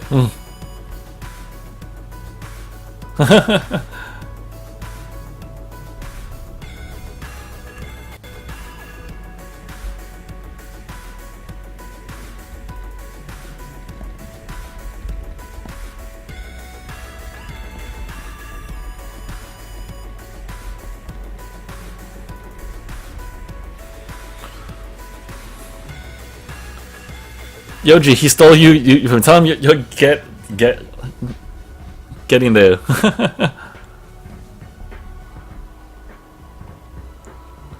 I already know Drowbane and Yoji, so that makes it a little bit easier.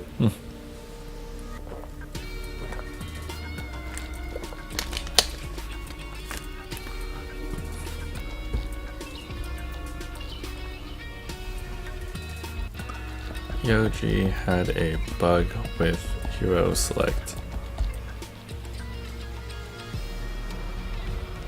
Hey guys, this is Bartosa. I bugged out. Yep, no problem, man. I already exited the game. Go ahead and just hop back on, and I will throw you back in. I'm too good. You are so powerful that you broke his game, man.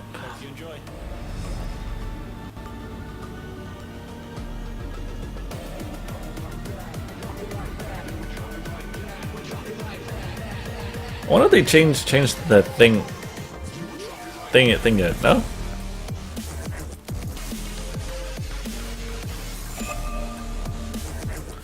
Gotta get some sleep, catch you later. Alright, have a good night, Veracity. Thanks for coming by.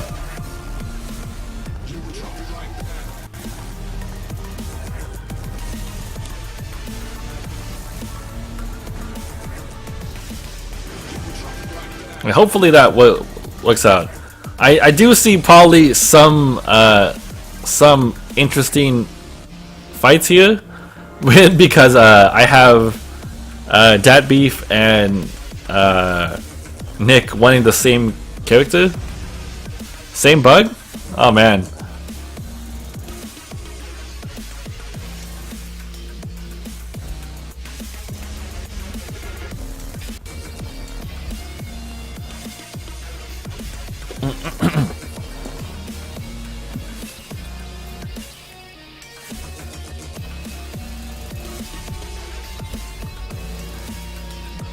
Yoji, oh no.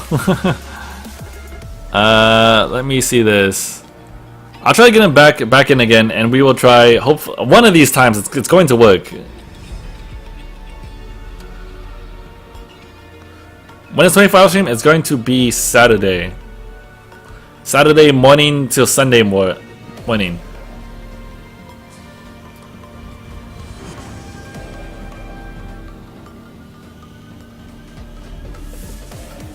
and it may potentially be more than 24 hours, depending on a few factors. But it'll be at least 24 hours, unless I for some reason just get knocked back out. Can you turn off the in-game music the next time we stream? Yeah, sure. I can go ahead and do that. I can see why that would get kind of confusing.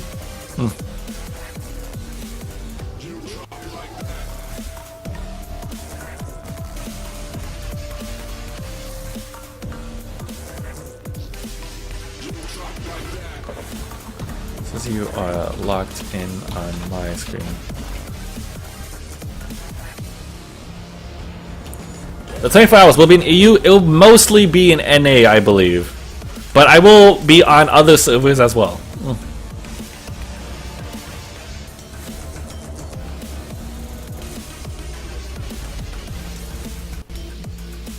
What the heck? Oh my gosh. Now my game crashed?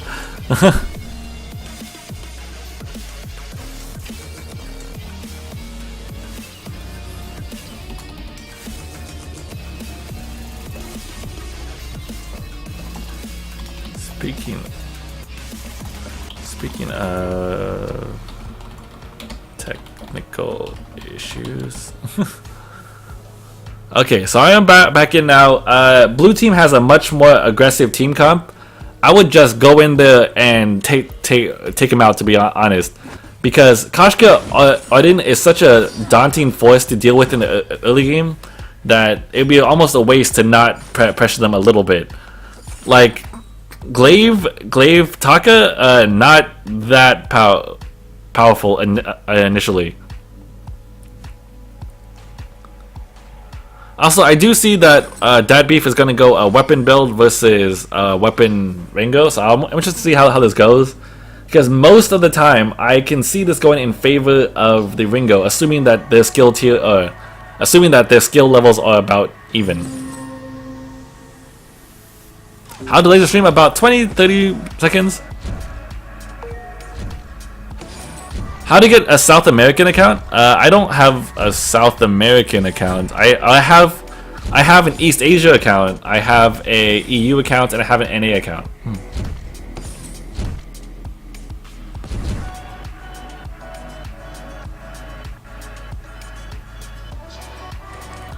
How do you get the players' pictures and health screen? This is Spectating mode. So you notice how also that scout trap helped out a lot. But if you notice how advantageous that team fight went for them, because again they do have a Koshka, and they also had better scout traps. Now because of all of this, they are now free to go ahead and take some parts of the jungle, mainly these two camps. I would hope that they don't go back there, because then they'll go ahead and lose out. Because Glaive will probably be back with full HP. Shit, what if Taka does 200-300 damage, my Taka build does that damage, and Glaive does a ton of damage? What do you mean? In the early parts of the game, Taka and Glaive don't usually do that much by comparison to Odin and Koshka. So that's why I would recommend that. At any other phase of the game, it depends on how they build and how well everyone is doing.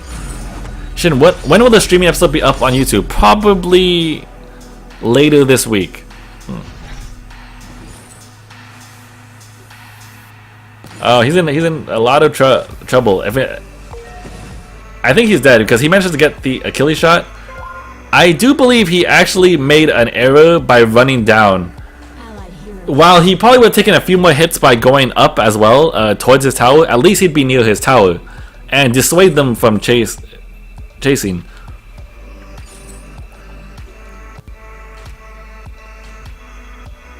Hey, Cardin, what's up, man? Okay. I couldn't tell if that was the case, but I think Odin was slightly slow on the Vanguard, and the slow actually didn't hit Ringo. What build would you recommend? I would not ask me for Taka advice. That is the one thing that I never ever mention, or I never ever talk about, because my advice is usually very poor. I can mirror the advice what other people tell me though. I know General prefers double heavy steel, I believe is the case. Because he is more focused on his sustained damage, and that instead of that initial kind of burst. Plus, it does a lot of damage because he gets an automatic crit on his first auto attack. I can see that definitely working. Plus, you get a lot more lifesteal out of it too. So he takes double heavy steel. I believe Pakipaw and some other attackers also go the route of tension bow aftershock, which is the more standard route that I think people go with. But I'm thinking that the heavy weapon build is actually pretty good. Next solo queue Monday, new account only talk until you get good with him. If you guys want to watch that, I was thinking I will do that for you guys if you want. Solo Taka Shin, like.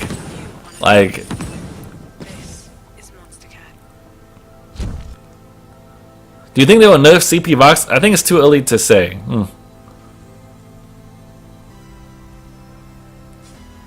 But yeah, if you guys really want to see me play Taka until I get in solo queue, just tell me in chat, and maybe I can make a day of that.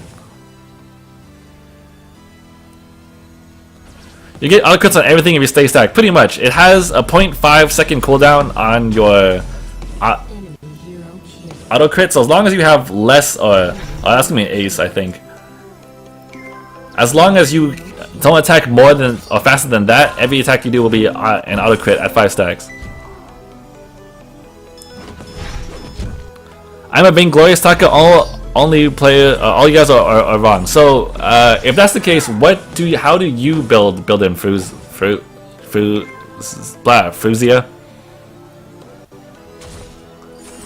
Because I think people all would like to know as well. Wow, they actually got because of that ace. They had so many minions that would pile up that tower took a lot of damage without any help from heroes. I actually think that if blue team had saw that they would have been able to take down the tower really quickly before anyone came back to stop it. That said, it's like an inch away from death anyway, so it's gonna go down.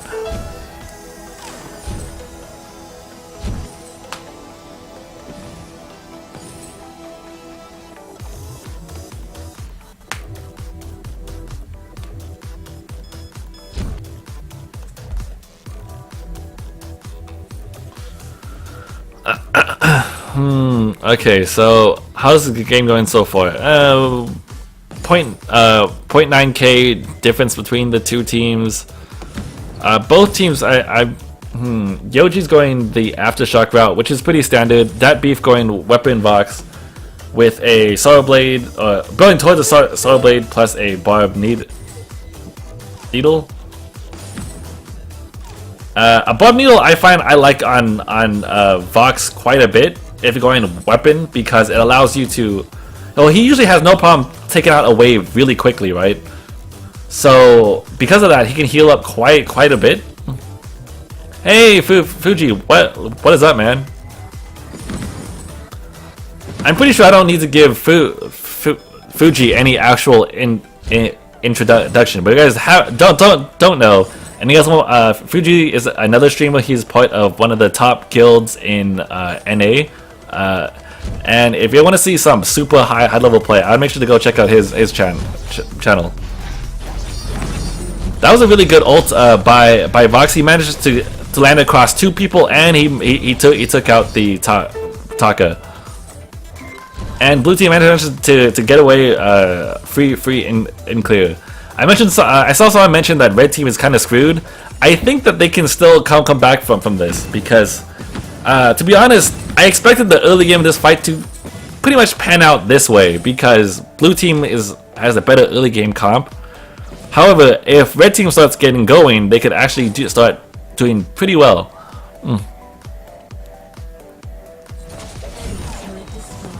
Oh, so close, but no. I think Drow is gonna go down, or not. Wow.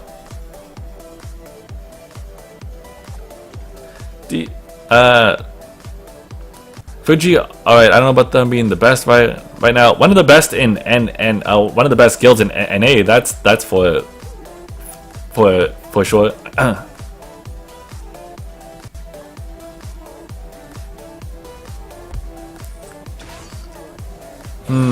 So difference right now about 3k. Most of the damage I believe is coming off of the Vox, but the Vox is easy enough to take out too because they have Ringo, they have Glaive, and they have Taka.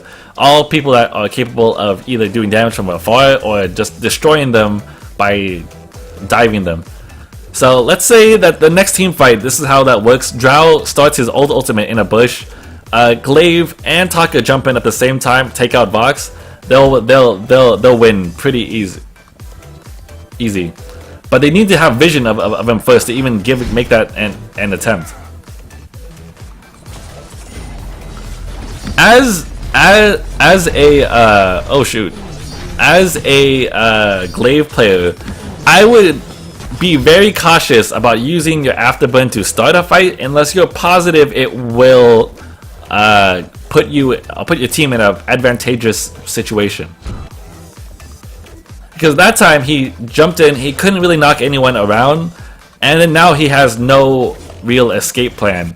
And he also couldn't have gotten back towards the Vox, which is the one they needed to kill.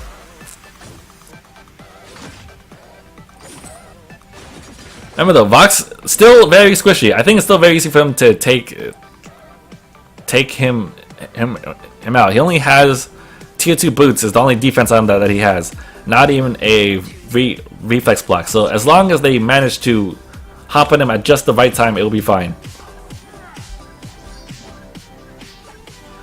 You'd be surprised about how quickly games like this can swing around.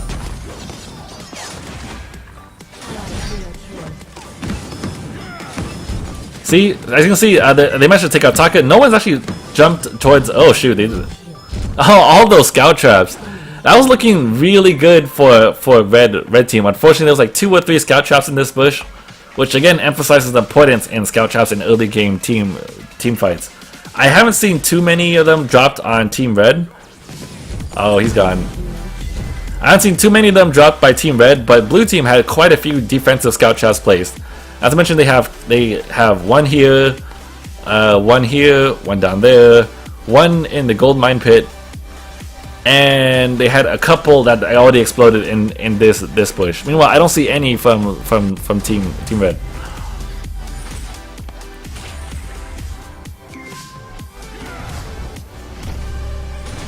I was like, wait, he doesn't have a crucible or a reflex block. Then I realized it was actually Nick 2 that protected him. So good job on that Arden. He was always aware. I find that the best players are the ones that know how to use Crucible to save someone else. It's very easy to know when the best time it is to use reflex block on to protect you, but to have the awareness of when your teammate might be going down or when they might need it is what really separates good players from great players.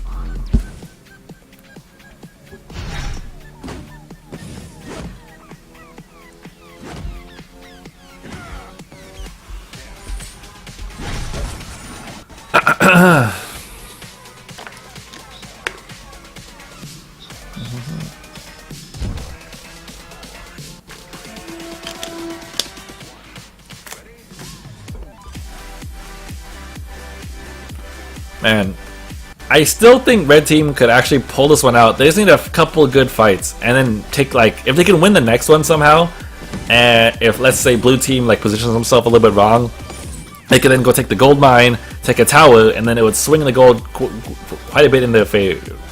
Or not in their favor, but help out quite a bit.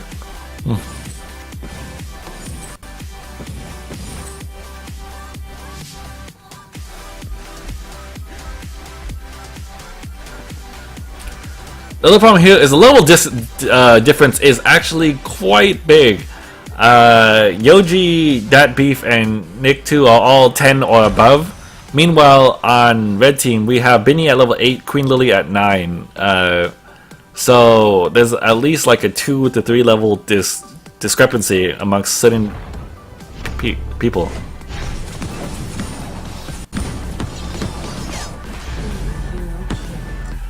Oh man, this is the what I do like is blue team has been grouping up very well, and oh, he managed to get away. Nice, or maybe not. No, okay.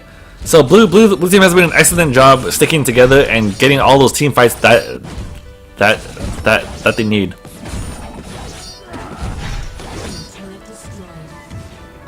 Now that blue team has twice as much gold, it's going to be very hard. They'd have to make a pretty crucial mistake for a red team to actually come back from this one. I bet Bento would. Where is that guy? I haven't seen him in today.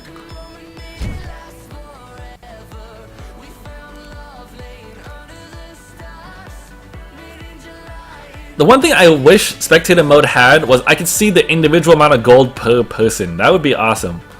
Because then I'll know if maybe, even if they're behind, maybe all the gold is stacked up on, say, Drow, and maybe they could make a comeback that way. But otherwise, it'd be pretty tough.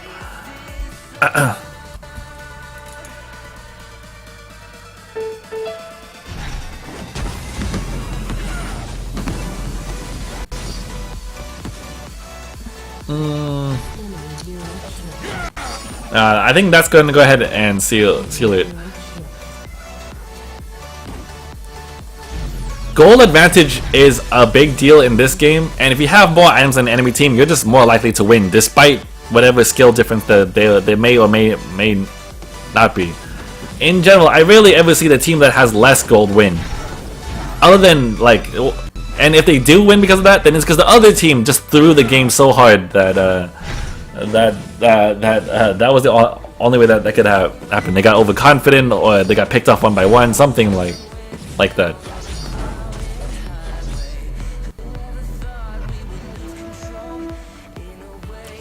Who do you think is going to win? I think it's a pretty safe bet to say blue team is going to win. They just took the Kraken. They're up twice as much gold. It's pretty big. The only I can see that could possibly come back from this is somehow they ignore Drow. Drow builds up a lot of stacks on his breaking point, then kills everyone. But it'd be really hard. Does ZK not look on Tuesdays? I don't know.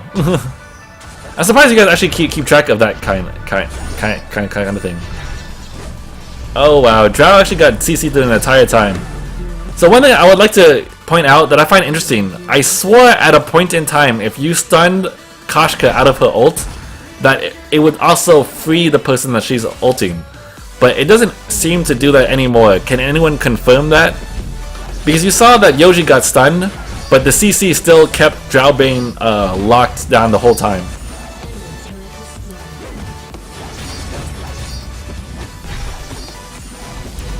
Will the Fuji join you on stream over TS to code to the match? That's up to him. Like, and maybe we could plan a day to do that. But I don't want to like put him on the spot or anything.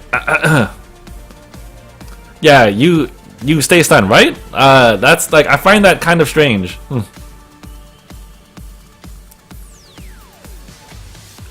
I could have sworn when I first played that game that was not the case, but I don't know about that.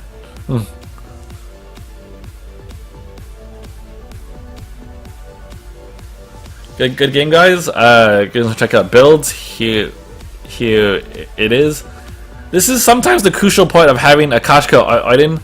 That combination is very strong in the early game, and while you can try to play safe and wait till late game, if they pressure you very hard, you won't ever make it there. So in part, that's why you see Kashka a lot, especially in high level play that knows how to take advantage of her strengths.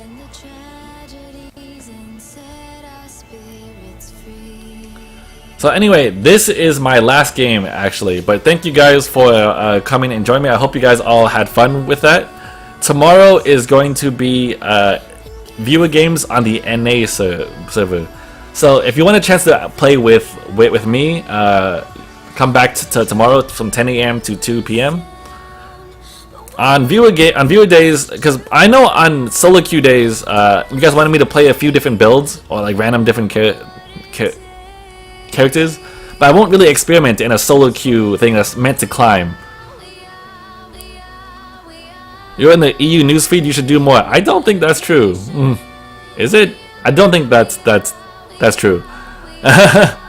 But anyway, yeah. So, but now on viewer games, I often try various different builds or play different characters. So, you guys want to see me play other things, other than maybe like Vox, Glaive, Ringo, and Krull? Definitely come by that day.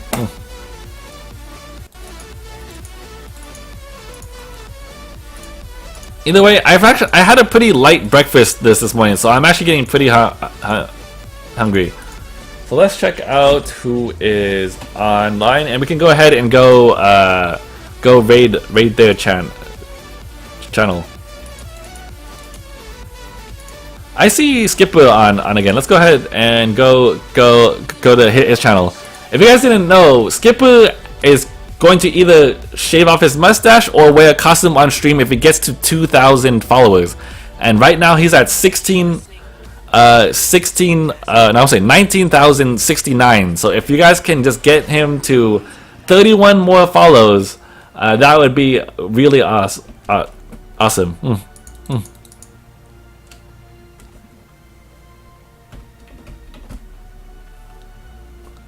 I mean, guys, he only needs 31 more follows. So you guys could go ahead and give that to him. That would be awesome. And he'll probably, I think he mentioned he's gonna do a costume on stream. So I will unfollow him if he shaves that mustache.